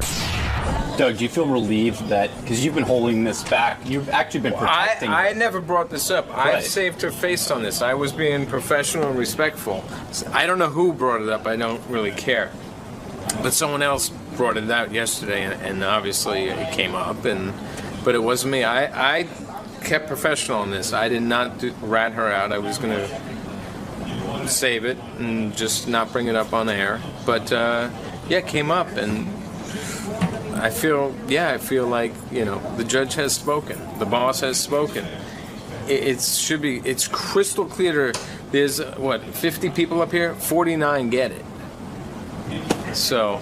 And you knew Howard would share this same thought process. Like, who has done this? Who would, that's like me asking John right now for holding a microphone. Like I said in there, John, pay me. Get this microphone away from me. I want to be paid. I work for Howard TV. This isn't I'm splitting hairs, John. This is Howard TV. I don't work for SiriusXM. Pay me for this, John. Could you pay me? Answer the question. Pay me. No, thank you. Why? Because you work for the channel. I mean, you work for Howard. We all work for Howard. Package deal. It's a package deal. Yeah, it's a package deal, of course. So will you cover Lisa's Sweet and Me? You know, now that's a good question, and I'm going to be hypocritical, potentially, because part of me doesn't want to cover it because I don't want to help her out now. You know, she split hairs and made her feelings known, and it's insulting. And the other part is like, no, I wouldn't do that to the show. I'm gonna if she, God, I can't believe I'm saying this. If she allows us, I mean, really, don't exploit and try to take us through the show. No, yeah, we would cover it, sure, and I would be happy to cover for other ones, and hopefully, you know, because I'm a good guy, I'd like to help her out. So if this could help her blow up her business, sure. Do I think it should would I be happier if it all went away? Yeah, probably, that's the truth. But yeah, I'd cover it, and I'd cover subsequent ones as well. It seems though there should be no gray area. Howard ordered Lisa to give access to Howard TV. Yeah, this shouldn't be, but we're dealing with Lisa, and Lisa seems to go by her own own rules in her own world, so there might be another conversation Howard has to make it even clearer than he just did. That would be my guess. Lisa? Yes? Howard declared you must do interviews with Howard TV and allow Howard TV... No, that's not what he said. He said, if I'm using the air to promote an event, then Howard TV needs to be there, and I agree with him.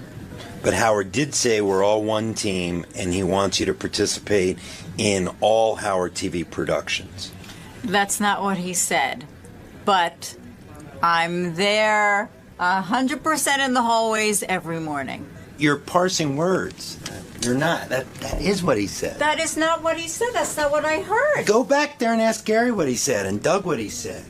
That's what he said. He said that he expects me to... Yes, he says he expects you to do interviews with TV for behind the scenes, and he expects you to do everything just like what he expects everybody to do. Well, then that's what I'll do. If I have time. This comes first. Okay. But you're parsing words, that's all I'm saying. I am not. That's what I heard. Then maybe I missed something, but that's what I thought I heard. I called you last night, Robin. I know, but it was right before AGT, so I figured you'd go into that. I wanted to watch it, so I figured we'd talk today. Yeah. Can't interrupt AGT. Well, it was 20 minutes before AGT. I figured we had some time, but you're right. You need to prepare for AGT.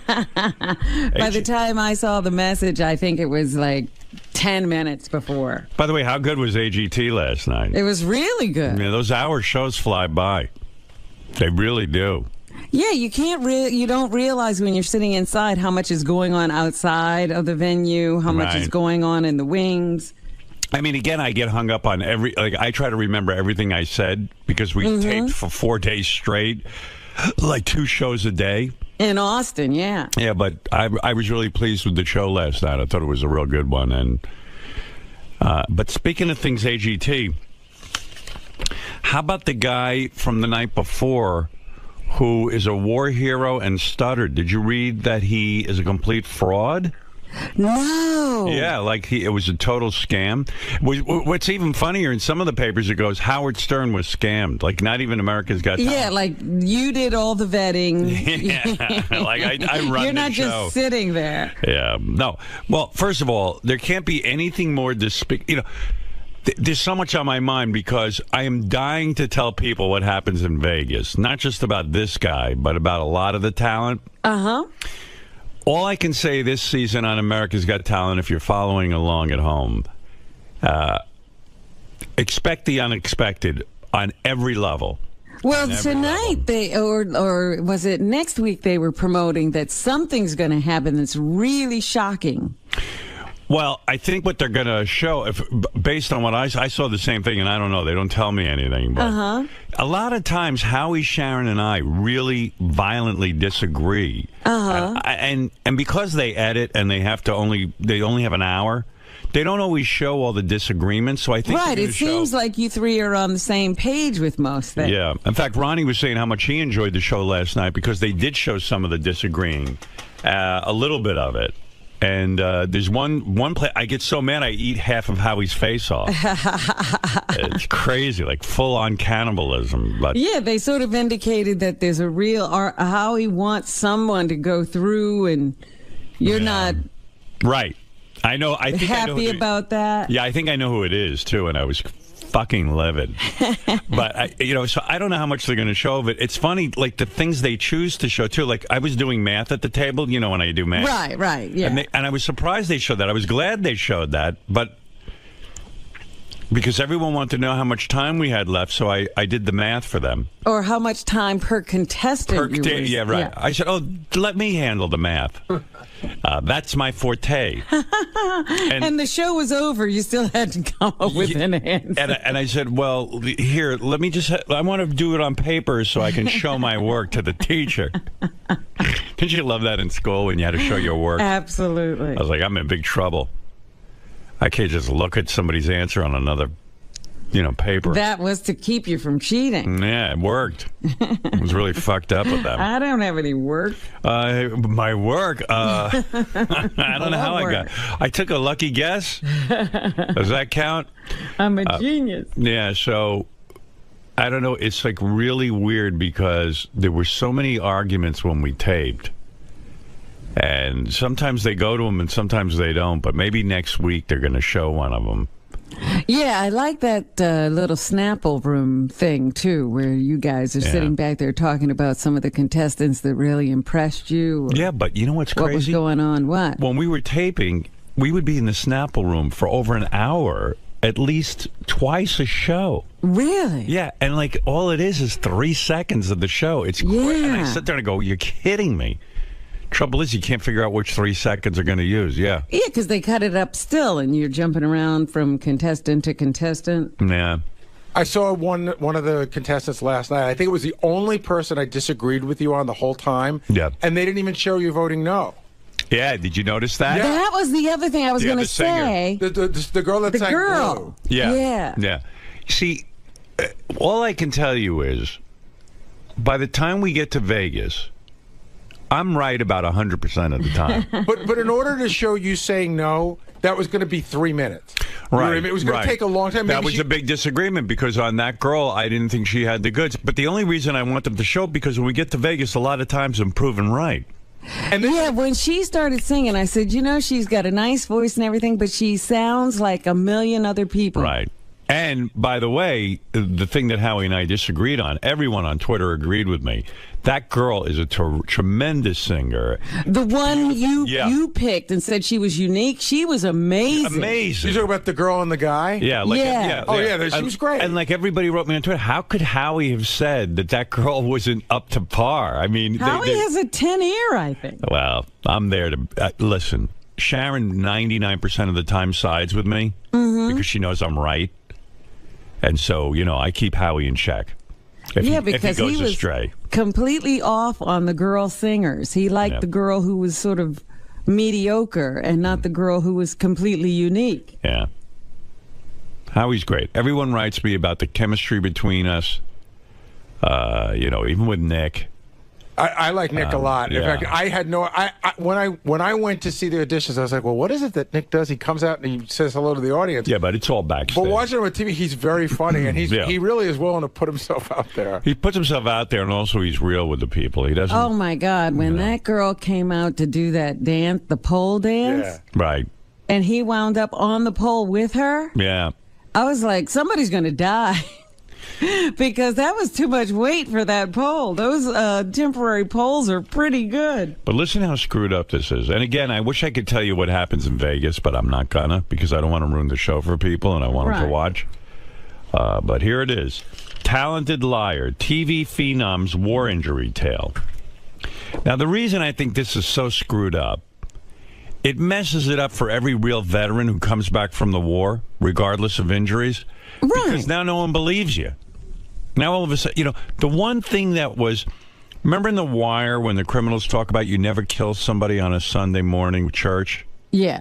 It's like that. It's like You could be the most fucked up liar on the planet, but you never lie about your military service. Gotta have some rules. Well, you remember that guy running, what was he running for, senator in Connecticut? I think Senate. He Yeah, lied about Vietnam. He won, but this lie is so wrong on so many levels.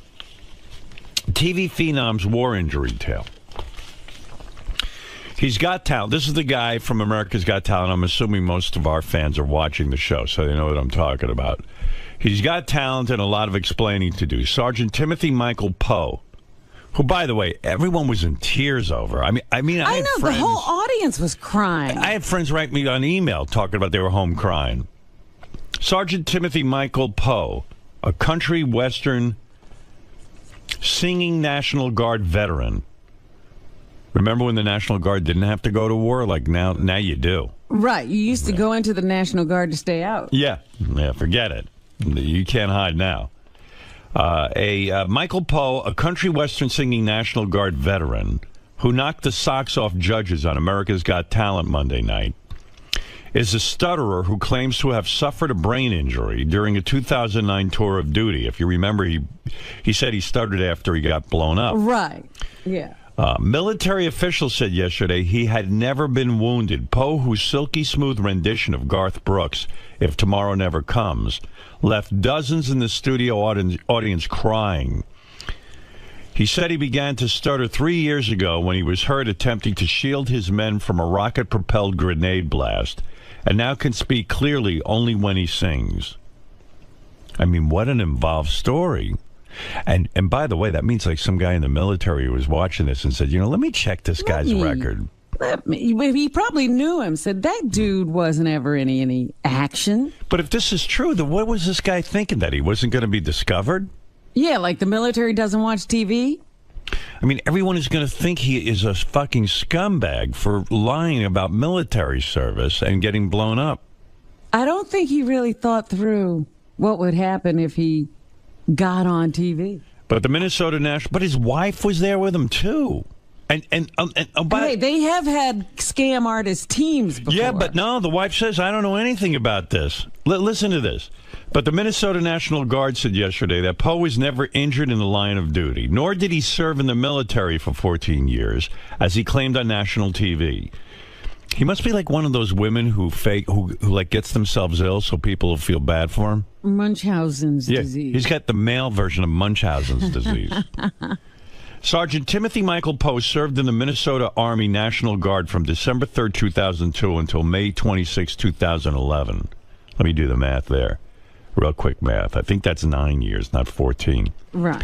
And performed as a... sorry, I didn't write it down. I don't see any work. I didn't do any work. And performed as a supply specialist, said Lieutenant Colonel Kevin Olson, a spokesman for the Minnesota Guard. Quote, his military records indicate that he served with the Minnesota National Guard in Kosovo from October 10, 2007 until July 15, 2008, and was deployed to Afghanistan from July 28, 2009 to August 30th, 2009. So he did serve, and he was in Afghanistan. Kosovo. No, it says also, he says was deployed to Afghanistan. Oh, okay. From July 28th, 2009 to August 30th, 2009. I think that's almost like a year, but I'm not sure. I'd have to really put pencil to paper. I'm not keeping No, wait, up. let's see. July 28, 2000, July. Yeah. July, September. No, what comes after July, Robin? August? August. All right. I skipped that. August. That's 1 month. He was there a month. Holy smokes. Not Boy, that you can't get hurt in a month. once you do the math, and, it's complicated math, I'll admit. That's a month. I thought it was 2008 to 2009. It's 2009 to 2009. That's a month. Don't get tricked. That's a trick question, That's right, and he's not telling you what part of the month. It could have been a few weeks. He might have been there a day. Sergeant Poe's official military records do not indicate that he was injured by a grenade in combat while serving in Afghanistan in 2009, as a report said the spokesman. Poe's ex-wife, Kelly Ballard said she had never heard her former spouse stutter like he did on the show. So it was a fake stutter. Right. Wow. There was no... Well, you notice that when he was talking to Nick, Nick said, you got through that whole sentence without a stutter? Yeah, he forgot. Like he forgot. Yeah. Holy mackerel. There was no combat injuries, said Ballard from her Texas home. I think he's developed a feel sorry for me. I feel sorry for me stutter. Oh. Boy, this really sickens me. I know. And not because it happened on America's Got Talent. I mean... In general. Just, yeah. I mean, oddly enough, this will probably bring more viewers to America's Got Talent. This is like a full-page ad for the show. So from that aspect, it's good. But for the bad part of it is for military guys who actually serve, and they're walking around with one leg blown off, and then they go and they go, can't tell their story. Yeah, you go and say, hey, yeah, I got my leg blown off with a grenade. And they, yeah, right. Yeah, Just like the guy in America's Got Talent. There was no combat injuries, said Ballard from her Texas home. I think he developed a feel sorry for me stutter. In a video detailing Poe's backstory filmed in the Austin, Texas auditions for Monday's show, the country singer said that in Afghanistan he volunteered to clear buildings and help rescue wounded people, and one day someone armed with a rocket-propelled grenade launched open fire. How the fuck did he do this? With a straight face. Somebody told him a story, and he decided to make it his own, probably. I saw it coming down, and by the time I turned and went to jump on top of my guys, I yelled, grenade, and the blast had hit me, Poe said. You know what's amazing, too? They didn't even show my whole speech to him. I was talking about his service, and... Well, you thanked him. I did, but I did a lot more. They have to edit it down. Thank goodness they didn't show it. And I remember, I thought I was about to lose it and cry for the guy. That's how upset I was for him. Yeah, thank goodness they saved you with the editing. Yeah. I could have looked like a real pussy. I saw it coming down, and by the time I turned and went to jump on top of my guys, like he's a huge hero. Right. I mean, this is a story with nothing but hero smacked all over it. I yelled grenade, and the blast had hit me, Poe said. He claimed that had he not been injured, he might never have discovered his singing voice. Right, because he discovered that with this speech pathologist. Boy, I wish I could tell you what happens in Vegas. I wish they would fast forward on that one. Well, don't, because, right now, as far as we're concerned, he's still in the competition. Oh, yeah, no, he's in. But that's what I'm telling you. We might go to Vegas and fall for it even harder. That's what I'm telling you. Just be prepared. But Ballard said years earlier he was the lead singer in a band called Crawl Space. Show producers said they first learned only yesterday that Poe had been lying. Poe could not be reached for comment yesterday. Yeah, and they actually vet these guys pretty well, I thought. Yeah, he crawled back under his rock, apparently. Oh, my God, I want to interview him so bad. I want to interview this guy so badly. Well, there should be a law that you can't misrepresent your military service. Especially in front of me on America's Got Talent. Yeah, well, you go to AGT jail. Yeah. There's got to be an AGT jail.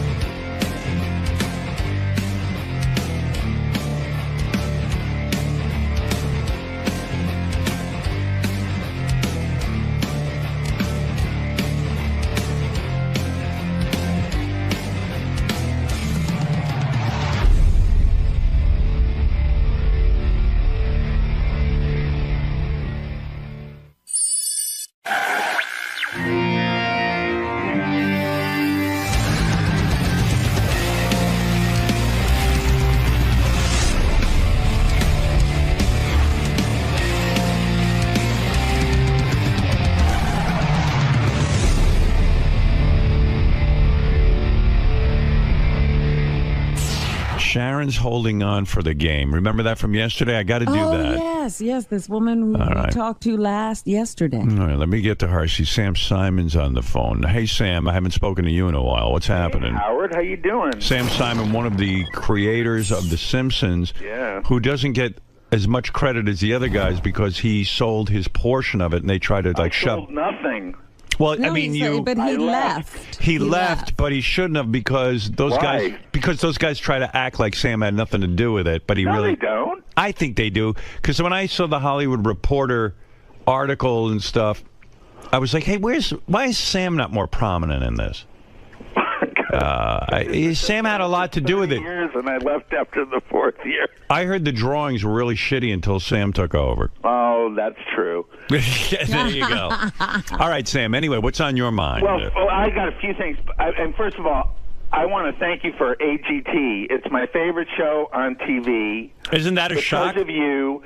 I was sick of the talent shows. I just was done with that stuff, and now I am so into this. I'm looking forward to the live shows and Me too. finding the winner and all that stuff. I gotta tell you, I am so thrilled by a couple of things that have happened. That I get a lot of email and tweets and things from people who say, I kind of gone away from not only America's Got Talent, but all these talent shows, and we feel like you revitalized that. I get so proud. Howard, it's the same thing that you did with radio. It was boring, it was over, and you have brought some unpredictability to it. Yeah, I'm very excited about that. And I'm also excited that people are telling me that 99% of them are watching the show with their kids, and they're like, they can't believe that their kids are Howard Stern fans. And so it's all sort of exciting and new. Well, I don't think a lot of people know who you really are, this reputation. Right. I see Howard on the show, and I think it's great. Right, it's fun. Although, I mean, I like when you rewatch the show, right? Yes. When you saw this mentalist, right, psychic, what was he? No. The mind reader. The mind reader. The mind reader. Like, could you tell how he did that? Well, I actually know because I've employed a few mentalists. Oh, okay.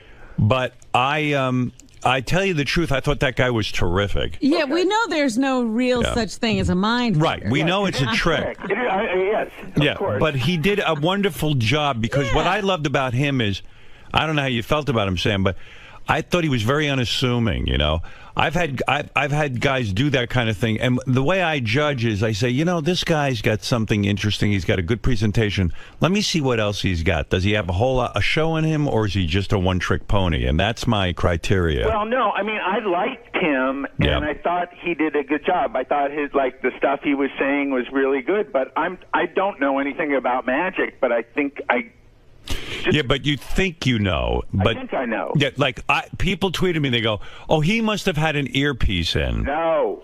There was no earpiece. Someone else goes, he must be able to see underneath the tape, like from he must be able to go look down. I think that's part of it. Yeah, this is all of the stuff. But for those of you who thought that he had a partner in the audience and a remote control thing, the producers told me afterwards, I said, the guy did a great job. They said to me, for sure, he doesn't have a shill in the audience because he had to perform it for us in a room without anyone in it. I mean, I guess he but so he provided. That's what he did. He provided his own mask, basically. But I don't want to. I mean, I actually know something about this. Okay, but.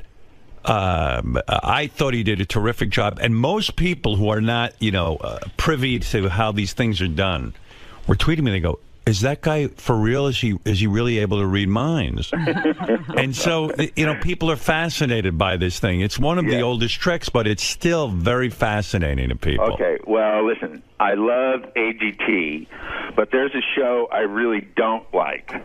What's that?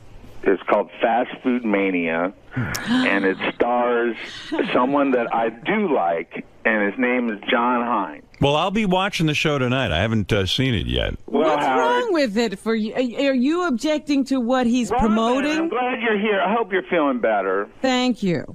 But you're objecting to... Side with this. I heard you say you liked it.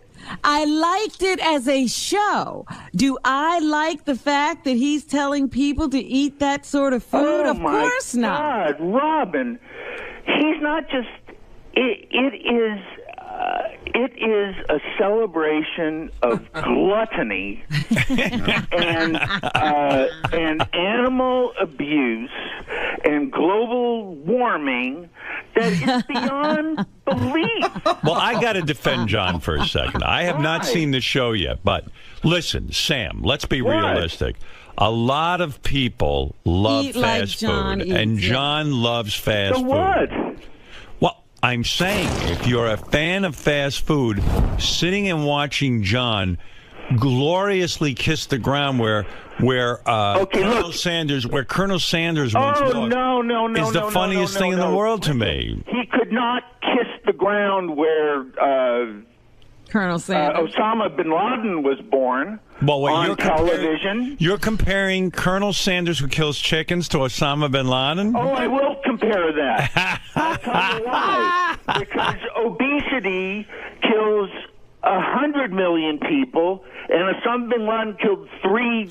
But you're thinking too much. Yeah, but this is a killing by choice. Sam. People choose this. Sam, What, the chickens choose to be killed? I said Sam. the people choose it. Sam, you're thinking too much. No. John, do you want to defend your show? Wait a minute.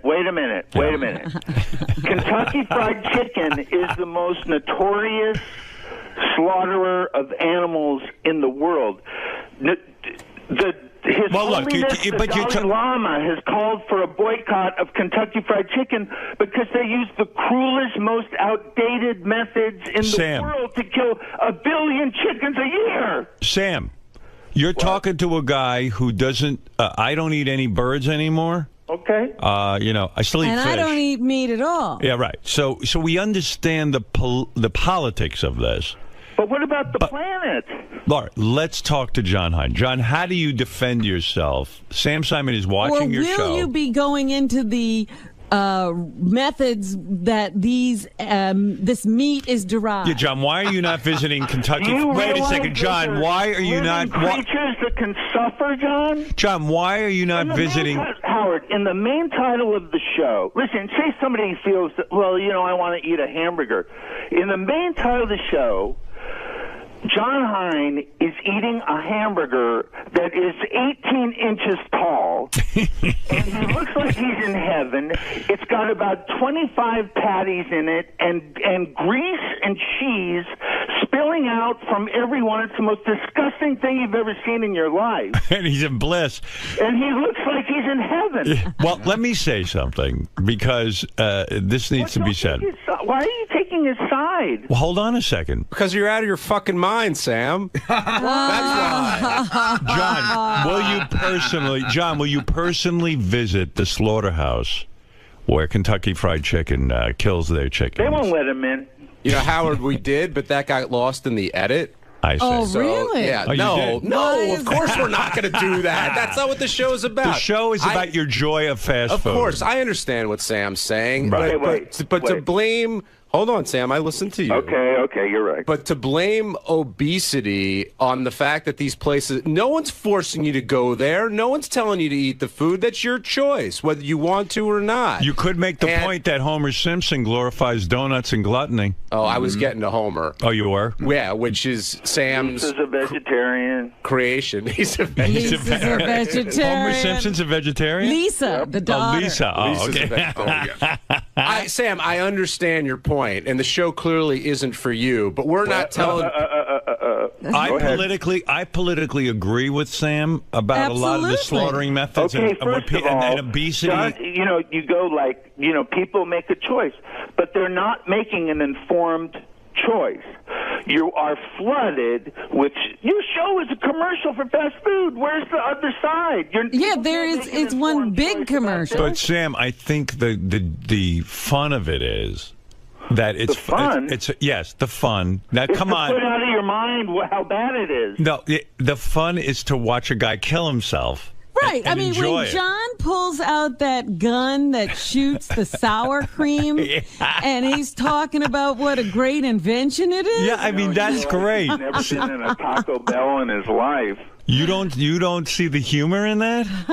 Well, wait. This is what I would like. Howard, you like Paul McCartney, right? Love him. So does John Hine. John? Absolutely. Okay.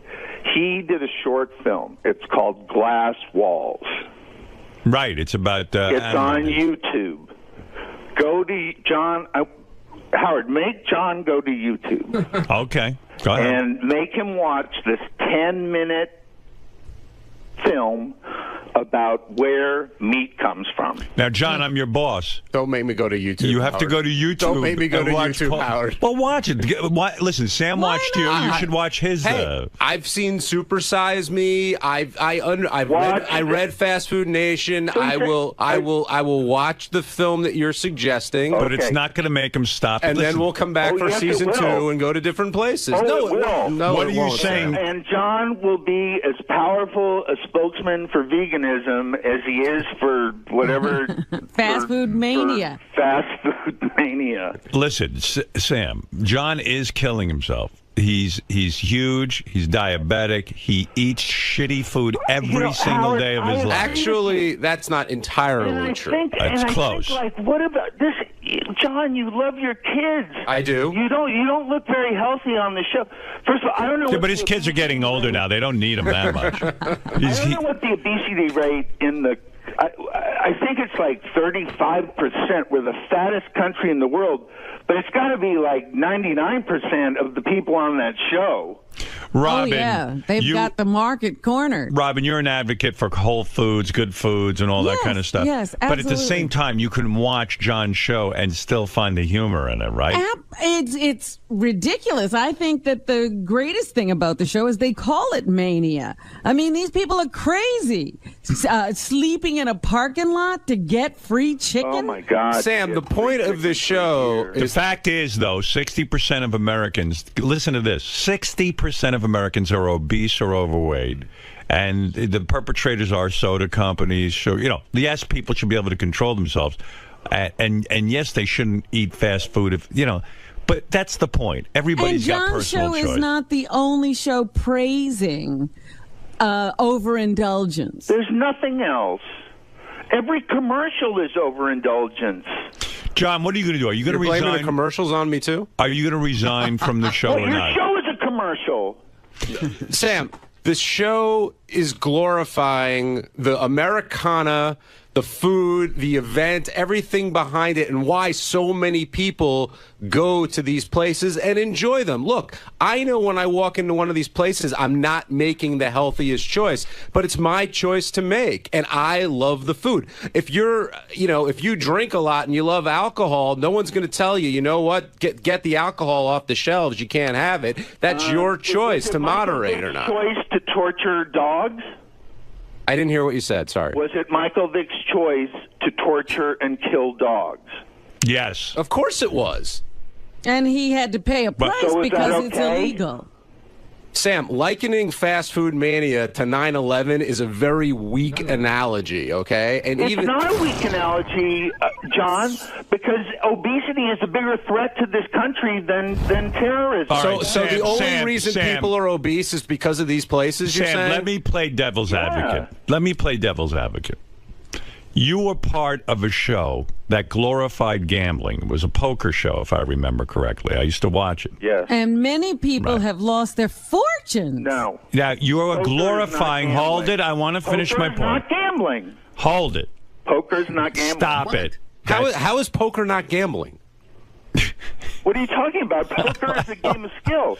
There's no look. Every casino game in Las Vegas, if you want to lose, you can walk up to the table and or rather, in poker, if you want to lose, you can lose. Right. If you want to lose. But what if you want to win and you lose? Gambling, you can end up winning. Poker is a game where you could lose a lot of money, even because you think you're going to win because you think you know what you're doing. Right. Right. It is a game that has cost people their lives. Right. And yet you did the show. So I'm saying not that you shouldn't have done the show, but, you know. But you did, because you like gambling. That's right. But John Hein is in the same boat. He knows what he's doing isn't perfect or good for everyone, but he's doing. Do you see that point? No, because you're leaving the animals out of it. All right, so then let me give you another point. Didn't you for years manage a boxer? Yeah. Okay. Have you ever seen what boxing does to a man's brain? I mean, have you seen the human cruelty to one another? Yeah. How could you advocate that and support it? I wouldn't do it now. All right, that's fair enough. All right, you've changed your stand. The one thing I will criticize about John's show is Robin. Well, because again, it tells you what it is. It says this is fast food. We all know what fast food is, and these are the maniacs who eat it. That's right. The one thing I will criticize is that they don't go get. John's bigger than anybody he interviews. Like they give you these couple of people who can eat this crap and not be obese. Not the shows I saw. There was a very an attractive girl talking about her love of something, and I saw a couple that won the Chick-fil-A or the Whataburger contest, and I just thought, oh my God. Yeah, well, there was that 100-year-old couple. That's Robin, saying Sam, you can actually live on this. Sam, have you voiced this outrageous anger toward The Simpsons when they have fast food companies advertising on it? Have you demanded that The Simpsons remove all fast food restaurant advertising? Like Disney getting rid of all that Right. stuff. Have you demanded? No, I haven't. All right. Well, okay. All right. Well, you've got work to do. I think, I actually do think that Homer satirizes America's. First of all, I think it's too subtle. 30 years ago, when The Simpsons, I don't know how long it is. Right. John probably knows. But Homer was fat. He's not fat. He's actually the average weight of an American now. Right. Now his fat is normal. And we always and it was supposed to be a joke that he loved this food. He was supposed to be a moron for doing it. And now. Well, I understand your point. I understand your point. John Hein, my first, what? Because when you do watch the show, you kind of say to yourself, maybe fast food is kind of fun too, the whole lifestyle. And why am I being so uptight? Maybe I want to be a part of that. Maybe I'll go get a big burger. Yeah. But, and people don't realize how dangerous it is. I mean, we did that experiment that guy did at work. How long have we had that cheeseburger sitting out there now? Since January. Since January. How many months is that? 6 almost. Is there a cheeseburger still out there? Yeah, we have a cheeseburger because we read about this in the paper. We have a cheeseburger sitting in our office for 6 months. There it is. The cheese is absolutely perfect. Yep. There is no mold. And John Hein, when he's at White Castle, he goes, look at that. 100% beef, everybody. I mean, that scares the shit out of me. It's really 100% beef. That thing has not changed. No. How do we explain that, John? That the roll, the beef, and the cheese have no mold, and that's 6 months. Yeah, it's preserved well. Doesn't that scare you? Yeah, it does. And you're eating that. No. Well, it's a cheeseburger, so Sam is calling. Sam is calling for you to show that aspect of fast food on the show. No, yes. Well, they're not going to do that, but no, we're not. I want John to watch Glass Walls with Paul McCartney on YouTube. And he has to watch the whole thing. Sam, I will watch it. I pledge here I will watch that show. Okay. But you call up Howard, but you call up Howard, and I know you said it's nothing against me, but you basically trashed the show which just got out of the game. And you're entitled to your opinion, but you're preaching like this is something that's not done on television about any. I mean, that's a great point Howard made about your poker show. And no, it's not. Yes, it is. You said poker. Sam, how could you say that poker isn't gambling? I think you're a smart guy. Or what I say about the boxer. That's just a ridiculous statement. Poker show. We played low stakes poker. We didn't play high stakes poker. It was to show the camaraderie and fun of having. According to Artie, he dropped like $1,000 to you that night. Yeah, he lost money on that show. To most people, that ain't low stakes. Sam, you're showing the fun of playing poker and gambling, and that's fine. Actually, I happen to like that. I'm showing the fun of going to these places, of enjoying the food if you like that food, and seeing other people who are crazy like me. What about the animals, John? We're not talking about the animals, Sam. It's not the point of the show. On the poker show, do you show how the cards are made? Do you show where the chips come from? Do you show the people living in shacks who lost their entire fortune? Cards can't suffer. Chips don't suffer. Somebody made People them. suffer. What about the people who kill themselves because they've lost all their money playing cards? You're going to pretend like that doesn't happen? Kentucky Fried Chicken killed 1 billion chickens last year. Do you think 1 billion people killed themselves because they lost money at poker? Sam, I think people can walk up to a Kentucky Fried Chicken and say, you know what, I love this food, I'm going to go there. Or they can go down the street to a restaurant and eat Thai food. It's up to them. The choice is theirs. And you're going to praise the people making Thai food, but knock the people making Kentucky Fried Chicken. Any product in this country I got to be honest with you, though. I mean, Sam is bringing something up that people don't like to think about, how their food is murdered. Gets you to know. their plate. That's all food. Not all food, but not all food, but animal. John? Yeah. No, food.